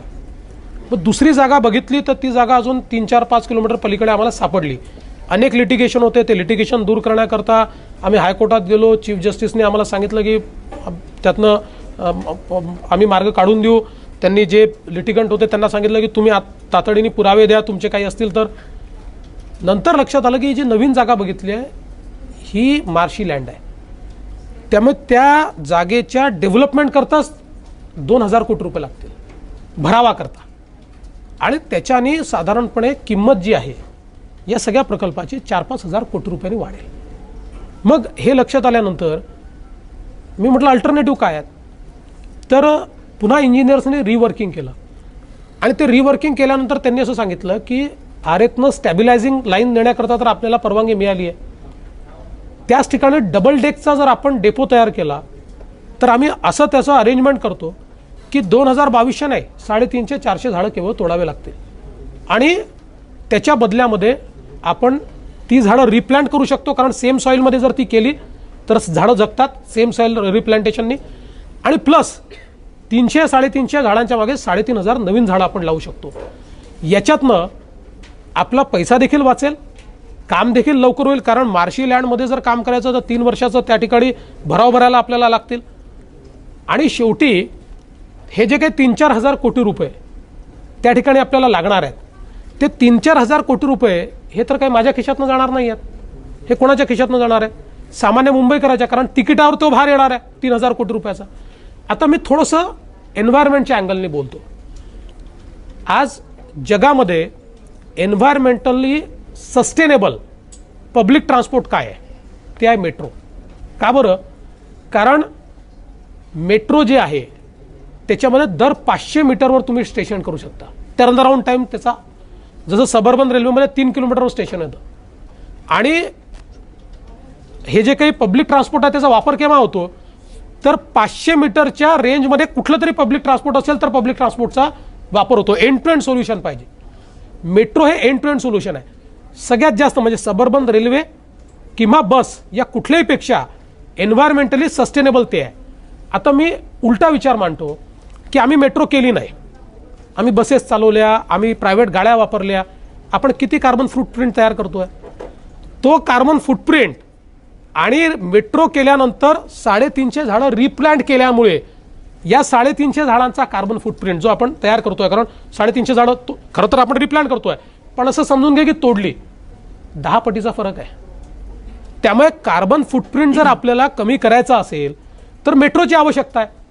आणि म्हणून याचा जर आपण एकूण विचार केला तर नेट आपण कार्बन फुटप्रिंट कमी करणार आहोत, तो वाढवणार नाही आहोत.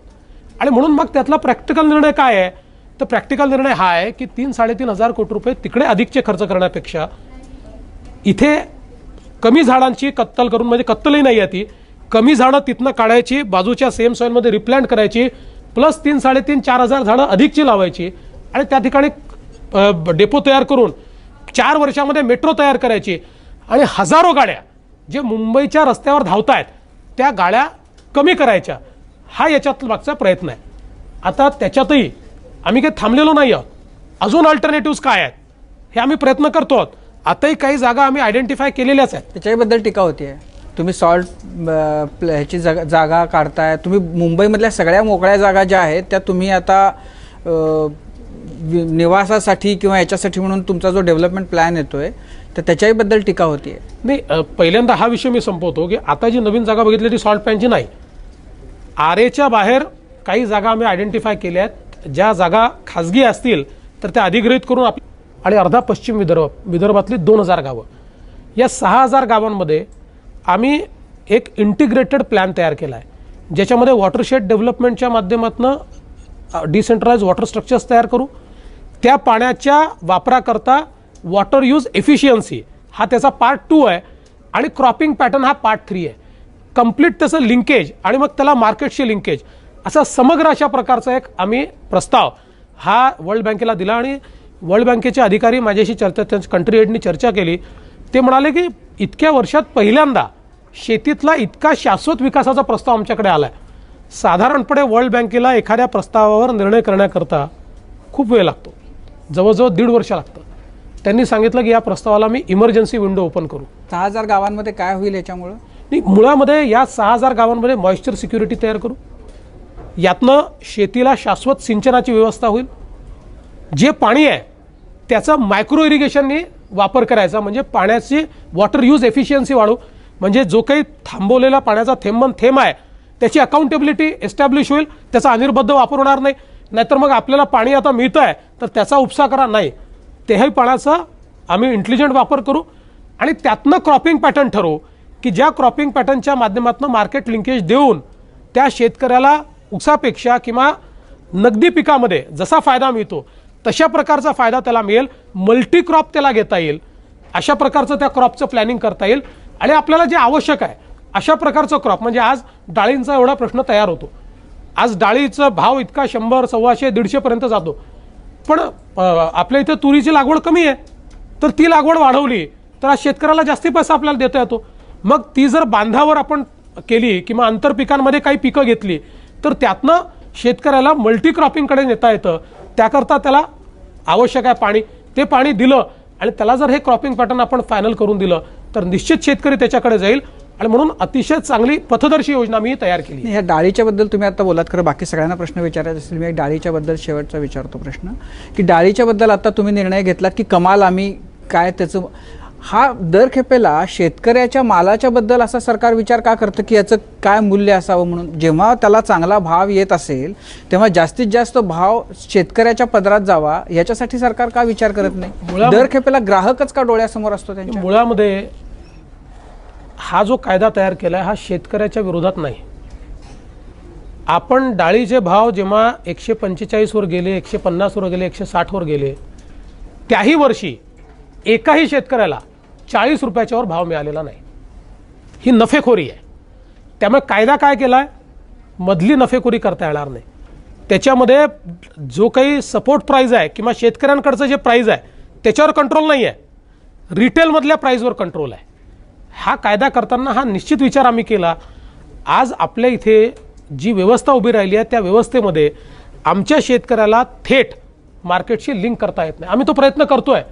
मुळामध्ये आज आपल्या ज्या APMC आहेत, या APMCमध्ये तुम्ही जो माल न्याल त्याच्यावर तर सेस द्यावाच लागतो, पण आमच्या कृषी उत्पन्न बाजार समितीच्या बाहेर तुम्ही जो माल विकाल त्याच्यावरही सेस द्यावा लागतो.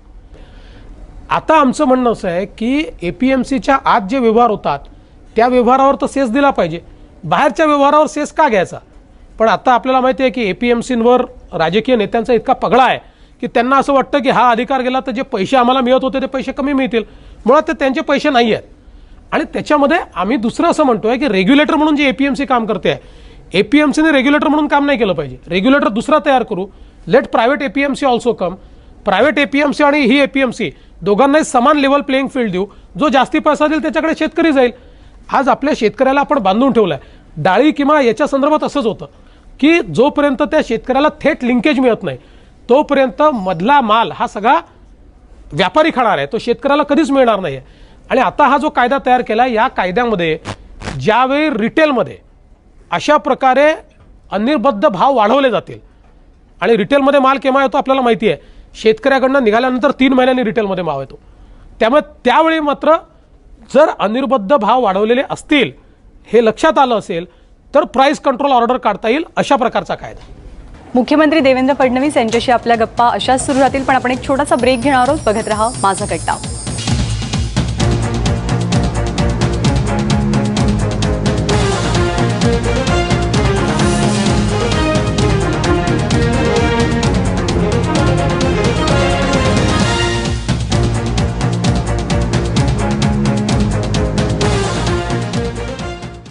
कॉटन किंग प्रस्तुत माझा कट्ट्यामध्ये आपल्या सगळ्यांचं पुन्हा एकदा स्वागत. राज्याचे मुख्यमंत्री आज माझा कट्ट्यावर आले आहेत. मला एक प्रश्न आहे. तुम्ही आता म्हटलं की बियॉन्ड शुगर केन, तर गंमत अशी आहे की आज जर बघितलं तर चांगलं भाव मिळणारं पीक हे ऊसच आहे. आणि दुसरी जर बघितली पिकं म्हणजे कांदा किंवा बटाटा किंवा इतर पिकं, तर याचे भाव आपण आता बघतो की कसे गडगडतात. कांद्याचंच उदाहरण आपल्यासमोर आहे. तर ऊस जर घ्यायचा नसेल तर या पिकांकडे वळावं लागेल किंवा कडधान्यांकडे वळावं लागेल. तर मात्र या पिकांना भाव नाही आहे, तर सरकार यासाठी काय प्रयत्न करणार आहे? आणि तुम्ही FRPचं म्हटला तर ऊसाप्रमाणे या पिकांसाठी पण FRPची सरकारची काय योजना आहे का? नाही, मुळामध्ये अतिशय चांगला प्रश्न तुम्ही विचारला. आपण बघा, या साधारणपणे मॅक्सिमम पिकांना आपण हमीभाव ठेवतो, पण काही पिकांना आपण ठेवत नाही हमीभाव, कारण ती मार्केट लिंक्ड आहेत. आता मुळामध्ये ऊसाच्या शेतकऱ्याला FRP का मिळते आणि ऊसाचा शेतकरी मार्केटवर कंट्रोल का करू शकतो आणि कांद्याचा शेतकरी का करू शकत नाही? कारण ऊसावर प्रक्रिया करणारा उद्योग हा त्या ठिकाणी तयार झाला. आणि उद्या जर शेतकऱ्यांनी ऊस पिकवत नाही म्हटलं तर कारखाना चालू शकत नाही, कारखान्याचं अर्थकारण अडचणीत येतं. त्यामुळे कारखान्याला काही झालं तरी FRP द्यावी लागणार आहे, त्याला शेतकऱ्याला सांभाळून ठेवावं लागणार आहे. मग कारखानदार त्या शेतकऱ्याकरता, जे चांगले लोक आहेत कारखानदार आहेत, ते त्याच्याकरता बेटर इनिशिएटिव्ह आणतात, बेटर शुगर केन इनिशिएटिव्ह आणतात, काही ठिकाणी त्याच्याकरता नवीन तंत्रज्ञान आणतात, कारण त्यांना ते हवं आहे. असं कांद्याकरता नाही आहे. मग आता आम्ही त्याच्यातनं व्हॅल्यू चेन्सला मान्यता दिली.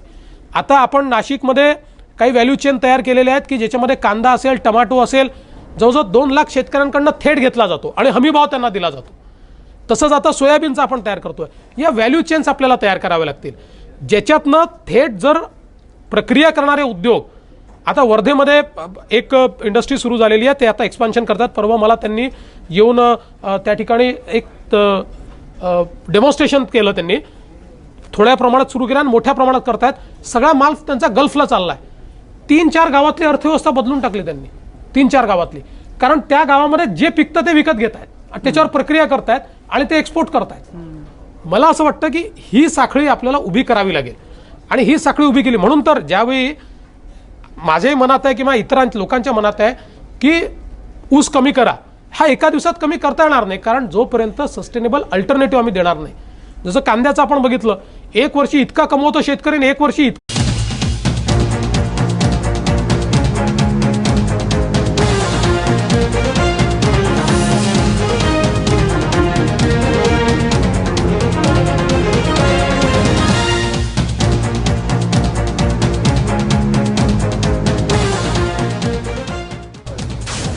नमस्कार, मी ज्ञानदा कदम. माझा कट्ट्यावरती आपल्या सगळ्यांचं स्वागत. देवेंद्र फडणवीस आज आपल्या माझा कट्ट्यावरती आहेत. खरं तर गेल्या वेळेला जेव्हा ते आलेले तेव्हा ते विरोधी पक्ष नेते होते आणि आज ते मुख्यमंत्री म्हणून जवळपास 1.5 वर्षांनी आपल्या कट्ट्यावरती येतात. त्यांचं खूप खूप स्वागत. खरं तर महाराष्ट्रावरती, महाराष्ट्राच्या अवतीभोवती खूप सारी आव्हानं आहेत, संकट आहेत, ज्यामध्ये दुष्काळ आहे, बेरोजगारी आहे, विजेचा प्रश्न आहे. त्यांनी जी आश्वासनं दिलेली ती सगळी आश्वासनं आहेत, पण या पलीकडे सुद्धा जाऊन आपल्याला महाराष्ट्र घडवायचा आहे. तो येत्या 5 वर्षांमधला त्यापुढचाही महाराष्ट्र कसा असेल ते आपण आज मुख्यमंत्र्यांकडनं जाणून घेणार आहोत. कट्ट्याला सुरुवात करूया. देवेंद्रजी, सगळ्यांच्याच मनामधला जो सगळ्यात महत्त्वाचा प्रश्न आहे ते तुम्ही दुष्काळाचा सामना कसा करताय. आता तो फक्त महाराष्ट्रापुरता नाही, देशापुरता सगळ्यात गंभीर असा प्रश्न झालेला आहे. एक त्याच्याबद्दल तुम्ही जे काही करता आहात ते बऱ्याचदा असं आहे की जलयुक्त शिवार हा परवलीचा शब्द झाला आहे आपण असं म्हणूया. काही जण त्याच्यामध्ये किती काम होतं हा एक भाग, पण सतत प्रत्येक प्रश्नाचं उत्तर जलयुक्त शिवारमध्ये जेव्हा शोधायचा प्रयत्न होतो असं दिसते तेव्हा त्याच्याबद्दल लोक साशंकता व्यक्त करतात, काही जण चेष्टेचाही सूर लावत आहेत. तुम्ही तुमचे म्हणजे सगळं तुमचं जे काही आहे ते तुम्ही त्या जलयुक्त शिवारवर लावलेलं आहे असंच चित्र आहे आत्ताचं. ह्याच्यानं स्थिती बदलेल, दुष्काळ हटेल महाराष्ट्रातला? कारण असे प्रयोग यापूर्वी अनेक सरकारांनी, अनेक मुख्यमंत्र्यांनी त्यांच्या आयडियातून काहीतरी जलसंधारणाच्या बद्दलचं काहीतरी आणलं होतं. ते पुढं त्याचं काय झालं महाराष्ट्र बघतोय आणि त्याची फळं आज आपण भोगतो आहोत सगळेजण. मला असं वाटतं की जलयुक्त शिवार हे एक टायटल आहे की ज्याच्या अंतर्गत जलसंधारणाचे वेगवेगळी कामं ही आपापल्या पद्धतीनं जनता करते, सरकार करते, NGOs करतायत आणि त्याचा खरोखर एक जमिनीवर आपल्याला परिणाम दिसतोय. मुळामध्ये जर महाराष्ट्राचा आपण विचार केला तर महाराष्ट्रामध्ये सगळी धरणं आपण पूर्ण केली तरीही महाराष्ट्राच्या 50% शेतीला केवळ आपण प्रवाही सिंचन देऊ शकतो. त्यामुळे 50% महाराष्ट्र हा कोरडाच राहणार आहे.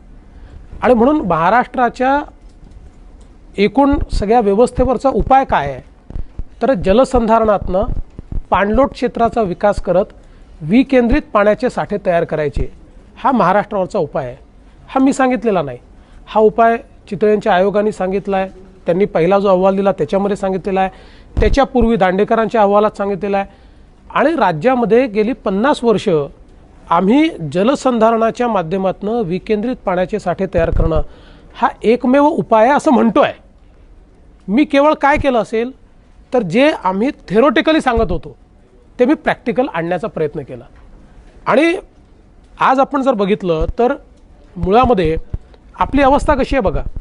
इतक्या मोठ्या प्रमाणात सिंचनामध्ये आपण गुंतवणूक केली, ती पूर्ण होऊ शकली नाही. 70,000 कोटी रुपये खर्च केले आहेत, सगळी धरणं अर्धवट आहेत. ती सगळी धरणं पूर्ण करायची 1 लाख कोटी रुपये अजून आपल्याला हवे आहेत, ते उभे करू, तो प्रश्न नाही आहे. धरणं नकोत असं माझं मत नाही आहे.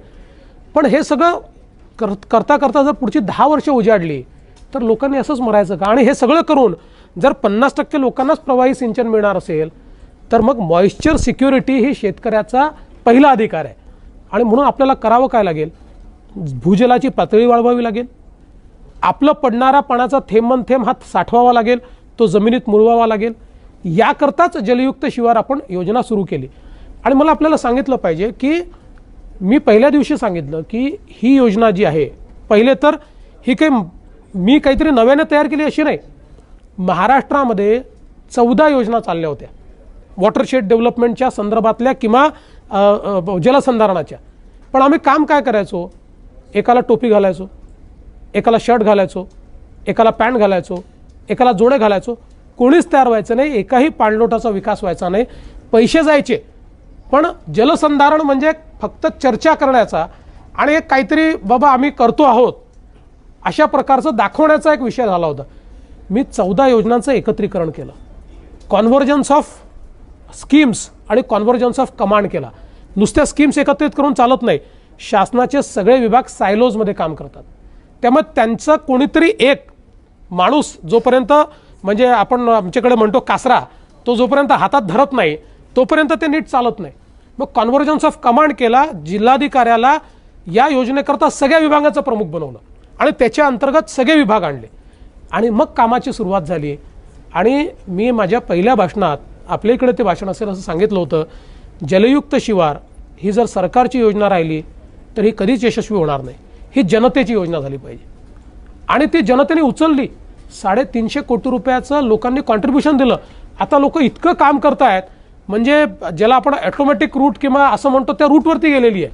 आणि म्हणून मला असं वाटतं की राज्याच्या पाण्याच्या नियोजनाची जी दिशा आहे ही दिशा बदलण्याचं काम हे आता आम्ही केलेलं आहे. आणि याच्यामध्ये बॅलन्स साधावा लागेल, तो आम्ही साधण्याचा प्रयत्न करतोय. एकीकडे जे काही आपली धरणं आहेत त्यांची आवश्यकता या करता आहे की वॉटर स्टोरेजेस हवेच आहेत. शहरांचं काय होणार आहे, उद्योगांचं काय होणार आहे, त्यांना पाणी आपल्याला द्यायचं असेल तर ते वॉटर स्टोरेजेसच्या माध्यमातून द्यायचं आणि जलसंधारणाच्या माध्यमातून सर्वांपर्यंत शाश्वत पाणी पोचवायचं. नाही, पण याच्यासाठी म्हणजे तुम्ही पाणी साठवाल, पण शेवटी जोपर्यंत आपण पीक पद्धतीवर काही नियंत्रण आणू शकत नाही. आत्ताच अनेक जण असा सूर लावतायत की उसाच्यामुळं जो काही दुष्काळ आहे ते आपल्या वाट्याला आलेला आहे. ह्याच्याबद्दल काही सरकार असं हिंमत दाखवू शकेल?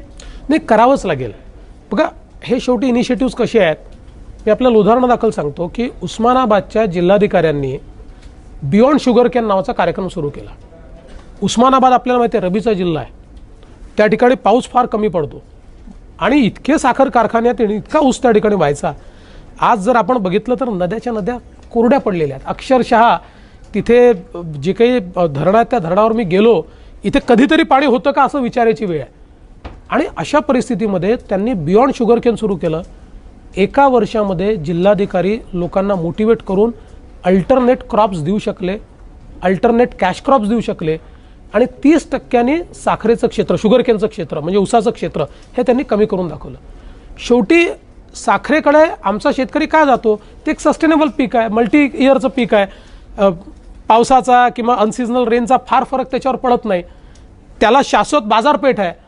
कारखान्याला ती विकत घ्यायचंच आहे कारण कारखान्याची अर्थव्यवस्था त्याच्यावर आहे. त्याला FRP आहे. आपण जर तशीच अल्टरनेटिव्ह दिली आणि जी द्यायचा प्रयत्न आपण करतो आहे, आणि म्हणून आत्ता एक मी परवा देखील सांगितलं की वर्ल्ड बँकेला आत्ता पहिल्यांदा आम्ही एक प्रस्ताव दिला आहे आणि वर्ल्ड बँक तो स्वीकारते, ज्याच्यामध्ये अर्धा मराठवाडा म्हणजे मराठवाड्यातली 4000 गावं का तो अडचणीत जातो की रस्त्यावर फेकतो. हे बॉटलनेक्स आपल्याला दूर करावे लागतील. आज जे मार्केट लिंकेजेस आम्ही तयार करतोय, ज्या व्हॅल्यू चेन्स आम्ही तयार करतोय, 5 लाख शेतकऱ्यांपर्यंत आम्ही पोहोचलो आहोत. आम्हाला पोचायचं आहे 25 लाख शेतकऱ्यांपर्यंत. आत्ता बघा, मी आत्ता सकाळी रेमंड्सचं उद्घाटन करून आलो. अमरावतीला आपण इंटिग्रेटेड टेक्सटाईल पार्क सुरू केला. आता या अमरावतीचं जे MIDC आहे 95-96 साली युतीच्या शासनाने सुरू केली. त्यातलं काम साधारण 98-99 पर्यंत पूर्ण झालं. 15 वर्षात एकही इंडस्ट्री आली नाही, एकही नाही. आणि गेल्या 1.5 वर्षामध्ये फोकस्ड इंटिग्रेटेड टेक्सटाईल पार्क आम्ही तयार करून आज 8 इंडस्ट्रीज तिथे आलेल्या आहेत. मी चिखलदरा महोत्सवाला गेलो राजीवजी, 4 लोक मला तिथे भेटायला आले, म्हणाले ते आम्हाला अमरावतीमध्ये टेक्सटाईल करता जागा पाहिजे. त्यांना म्हटलं तुम्ही इथे कशाला आले, तुम्ही MIDCत गेलेत तुम्हाला जागा मिळेल. म्हणजे आम्ही MIDCत गेलो होतो पण आता जागा संपली आहे आणि तिथे आता वेटिंग लिस्ट तयार झाली आहे, तर आम्हाला लगेच इंडस्ट्री लावायची आहे, तर तुम्ही आम्हाला जम्प करू शकता का, आम्हाला आधी तुम्ही जागा देऊ शकता का. 1.5 वर्षात हा फरक पडू शकतो, एवढा फरक. आणि हे कागदावर राहिलं नाही, प्रोडक्शन सुरू झालेलं आहे. मला असं वाटतं आज मी रेमंड्सला असं म्हटलं की आता कापसापासनं कापडापर्यंत तर पोचलो, कापडापासून गार्मेंटपर्यंत तुम्ही पोहोचलो. आता ॲपेरलचं काय, म्हणजे ॲपेरल्स, कारण जोपर्यंत कापसापासनं फॅशनपर्यंत आम्ही पोहोचणार नाही, व्हॅल्यू चेन पूर्ण होत नाही. त्यांनी मला सांगितलं मार्चमध्ये हा प्लॅन चालू करतो, त्याच्यानंतर ॲपेरल पार्क इथे सुरू करतो. H&Mची आम्ही बोललो ॲपेरल पार्क सुरू करा. त्याच्यातनं म्हणजे आजच्या प्लॅनमधनं 8000 लोकांना रोजगार मिळणार आहे, पण एक ॲपेरल पार्क सुरू झाला तर 25000 लोकांना रोजगार मिळतो. ही सगळी व्हॅल्यू चेन पूर्ण होते. मला असं वाटतं की हाच याच्यावरचा उपाय आहे. पण हे सगळं तुम्ही जेव्हा करताय तेव्हा एक तुमच्यावर प्रामुख्याने जी टीका होती ती असं की तुम्ही विदर्भासाठी खूप करताय, म्हणजे यवतमाळ, अमरावती, तर त्यामुळे तुमचं विदर्भावरच जास्त प्रेम आहे, विदर्भालाच तुम्ही देताय, बाकीच्यांच्याकडे दुर्लक्ष करताय. आणि त्याच्यामध्ये दुसरे तुमचे जे सहकारी होते त्यांनी जे 1 मेच्या निमित्तानं आता विदर्भामध्ये सुरू केले, त्याच्यामुळे तुमच्याबद्दल म्हणजे तोही एक तुमच्याबद्दलच्या नाराजीचा किंवा टीकेचा विषय आहे. बघा, पहिली गोष्ट तर अशी आहे की मी पूर्ण महाराष्ट्राकरता करतोय. इंटिग्रेटेड टेक्सटाईल पार्क हे फक्त विदर्भात केलेले नाही, ते विदर्भात केले आहेत, ते मराठवाड्यात केले आहेत, ते उत्तर महाराष्ट्रात केले आहेत आणि सगळीकडे इन्व्हेस्टमेंट येणं सुरू झालेलं आहे. 11 म्हणजे जे कापूस उत्पादक जिल्हे आहेत 11, त्या 11ही जिल्ह्यांमध्ये इंटिग्रेटेड टेक्सटाईल पार्क आपण करतोय, त्याचं कामाची सुरुवात आपण करतोय. त्यासोबत मराठवाड्यामध्ये जी देशातली पहिली DMICची MIDC शेंद्रा बिडकीन 30 तारखेला, म्हणजे आज ॲक्च्युली आम्ही त्याचं भूमिपूजन करणार होतो, पण आता हा सगळा दुष्काळ पाहता आणि तिथे इंडस्ट्रीला पाणी देऊ नका अशा प्रकारचं एक ऑर्डर हायकोर्टाने दिलेलं आहे, ते सगळं पाहता आता लॉन्च करायला हे वातावरण योग्य नाही. त्याच्यामुळे पावसाळ्याच्या नंतर आम्ही त्याला लॉन्च करू, काम तर आता सुरू करू. पण ती देशातली पहिली DMIC मधली पहिली MIDC 4000 एकराचं ॲग्रिगेशन झालं आहे. फर्स्ट कॉरिडॉर ऑफ DMIC आम्ही त्या ठिकाणी सुरू करतोय. त्यामुळे मराठवाड्यामध्ये देखील, उत्तर महाराष्ट्रामध्ये देखील, सगळ्या भागांमध्ये, म्हणजे आता आम्ही जी पॉलिसी आणली त्या पॉलिसीमध्ये आम्ही उत्तर महाराष्ट्र आणि कोकणातले जिल्हे घेतले की जे इन्सेंटिव्ह द्यायचे आहेत ते इन्सेंटिव्ह कुठे दिले पाहिजेत, जे प्रगत आहेत त्यांना इन्सेंटिव्ह कशाला द्यायचे, कोकणातल्या 2 जिल्ह्यांना द्या, उत्तर महाराष्ट्राला द्या, मराठवाड्याला द्या. आता मी जसं सांगितलं की आम्ही जो काही आता वर्ल्ड बँकेला प्रोजेक्ट दिला, या प्रोजेक्टमध्ये अर्धा मराठवाडा कव्हर करतोय आम्ही. अर्धा मराठवाडा, 4000 गावं मराठवाड्याची कव्हर करतोय. जिथे ज्या गोष्टीची आवश्यकता आहे तिथे ती गोष्ट केली पाहिजे.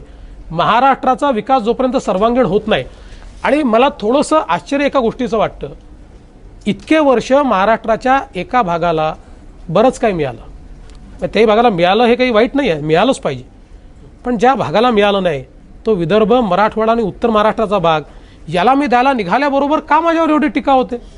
आपण जर संयुक्त महाराष्ट्र म्हणतो, एक महाराष्ट्र म्हणतो, एका महाराष्ट्राचा मुख्यमंत्री जर मी आहे, सगळ्या महाराष्ट्राने एक राहिलं पाहिजे असं जर आपली इच्छा आहे, तर मग ज्यांना मिळालं नाही आहे त्यांना द्यायचा प्रयत्न केला तर टीका का व्हावी? अरे मागता काय? ते का मागतायत? जे मागतायत वेगळा, ते एवढ्याकरताच मागतायत ना की इतक्या वर्षात तुम्ही दिलं नाही त्यांना. ते देण्याचा प्रयत्न मी करतोय. मला एक वेगळा प्रश्न विचारायचा आहे. गेली 2-3 अधिवेशनं आम्ही बघतो की ज्या वेळेला सदनामध्ये प्रचंड गोंधळ होतो त्यावेळेला तुम्ही उभे राहता आणि बोलायला सुरुवात करता, आणि ज्या वेळेला तुम्ही विरोधी पक्षात होतात जितक्या आवेशानं आणि प्रचंड आक्रमकतेने बोलायचा तितक्याच आक्रमकतेने तुम्ही बोलायला सुरुवात करता.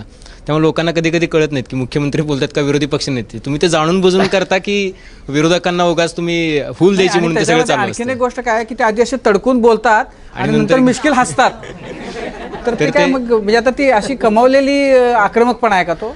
खरं सांगायचं झालं, मी अगदी खूप प्रामाणिकपणे सांगतो की 15 वर्षामध्ये मला खूप आक्रमकतेने विषय मांडायची सवय झाली आहे, आणि एक सात्विक संताप येतो, पोटतिडी कुटते.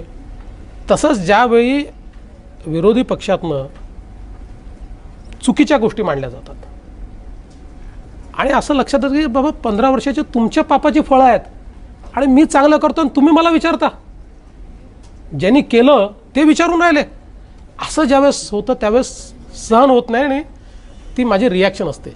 मी तुम्हाला खरंच सांगतो, रोज मी ज्यावेळेस त्या खुर्चीवर जाऊन बसतो त्यावेळेस पहिल्यांदा स्वतःला सांगतो, मुख्यमंत्री आहेस, मुख्यमंत्री आहेस, शांत राहा. पण ती एखाद्या दिवशी ते उफाळून येतं. ते निघून गेल्यानंतर माझा एक स्वभाव आहे की ती आक्रमकता जी आहे ती आयडिओलॉजीत नसते, ती पोटतिडकीत नसते. त्यामुळे समोरच्याशी माझं काही भांडण नाही आहे. म्हणजे गेल्या 15 वर्षामध्ये मी सरकारवर इतका हल्ला केला असेल, पण वैयक्तिक भांडण माझं कधी कोणाशी नाही. वैयक्तिक कधीच कोणाशी संबंध माझे खराब झालेले नाही, ते वैयक्तिक संबंधच आहे. आणि म्हणून ते निघून गेल्यानंतर तो ज्यावेळेस आवेश निघून जातो त्यावेळेस मला आठवतं की अरे बाबा मुख्यमंत्री आहे, शांत राहा, आणि त्यातनं मी ते हसतो. आणि म्हणून हे आता थोडं हळूहळू त्यातनं मी पण शिकेन. तसं तुम्ही जर बघितलं असेल तर म्हणजे एकूण अधिवेशनामध्ये असा एखाद दुसराच प्रसंग होतो, बाकी प्रसंगी मी शांतपणे त्या ठिकाणी उत्तरं देतो. प्रयत्न आहे, होईल बरोबर. सर, माझा एक छोटासा प्रश्न आहे की गेल्या 1.5 वर्षात तुमच्याकडे बघितल्यानंतर बराच फरक जाणवतोय. तर तुम्ही कधी काळी मित्रासाठी एक फॅशन म्हणजे मॉडेलिंगचं काम केलं होतं. तर आपल्या भारतातल्या किंवा महाराष्ट्रातल्या अनेक तरुणांना आता हा प्रश्न भेडसावतो. तुमच्या फिटनेसचं रहस्य एकदा सांगून टाका, म्हणजे तरुणांचा पण प्रश्न सुटून जाईल. मी त्या एका कार्यक्रमात वाहिनीच्या सांगितलं तर जी माझी डायटिशियन आहे तिला इतका ताप झाला की तिने मला हात जोडून सांगितलं की बाबा आता तुम्ही माझं नाव कुठे घेऊ नका.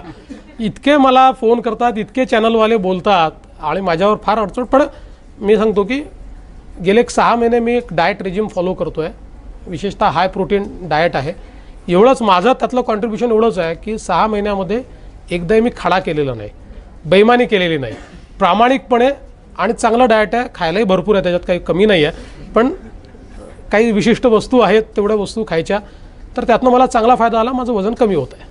याला सोडूनच 2 प्रश्न आहेत छोटे. एकतर तुम्ही एव्हर स्माइलिंग आहात, खूप मृदू आहात तुम्ही, म्हणजे त्या स्वभावाचा तुम्हाला अडचण झाली का मुख्यमंत्री म्हणून स्वतःला डेव्हलप करताना? आणि दुसरं म्हणजे तुम्ही अभ्यासू नेते म्हणून आम्हाला सगळ्यांना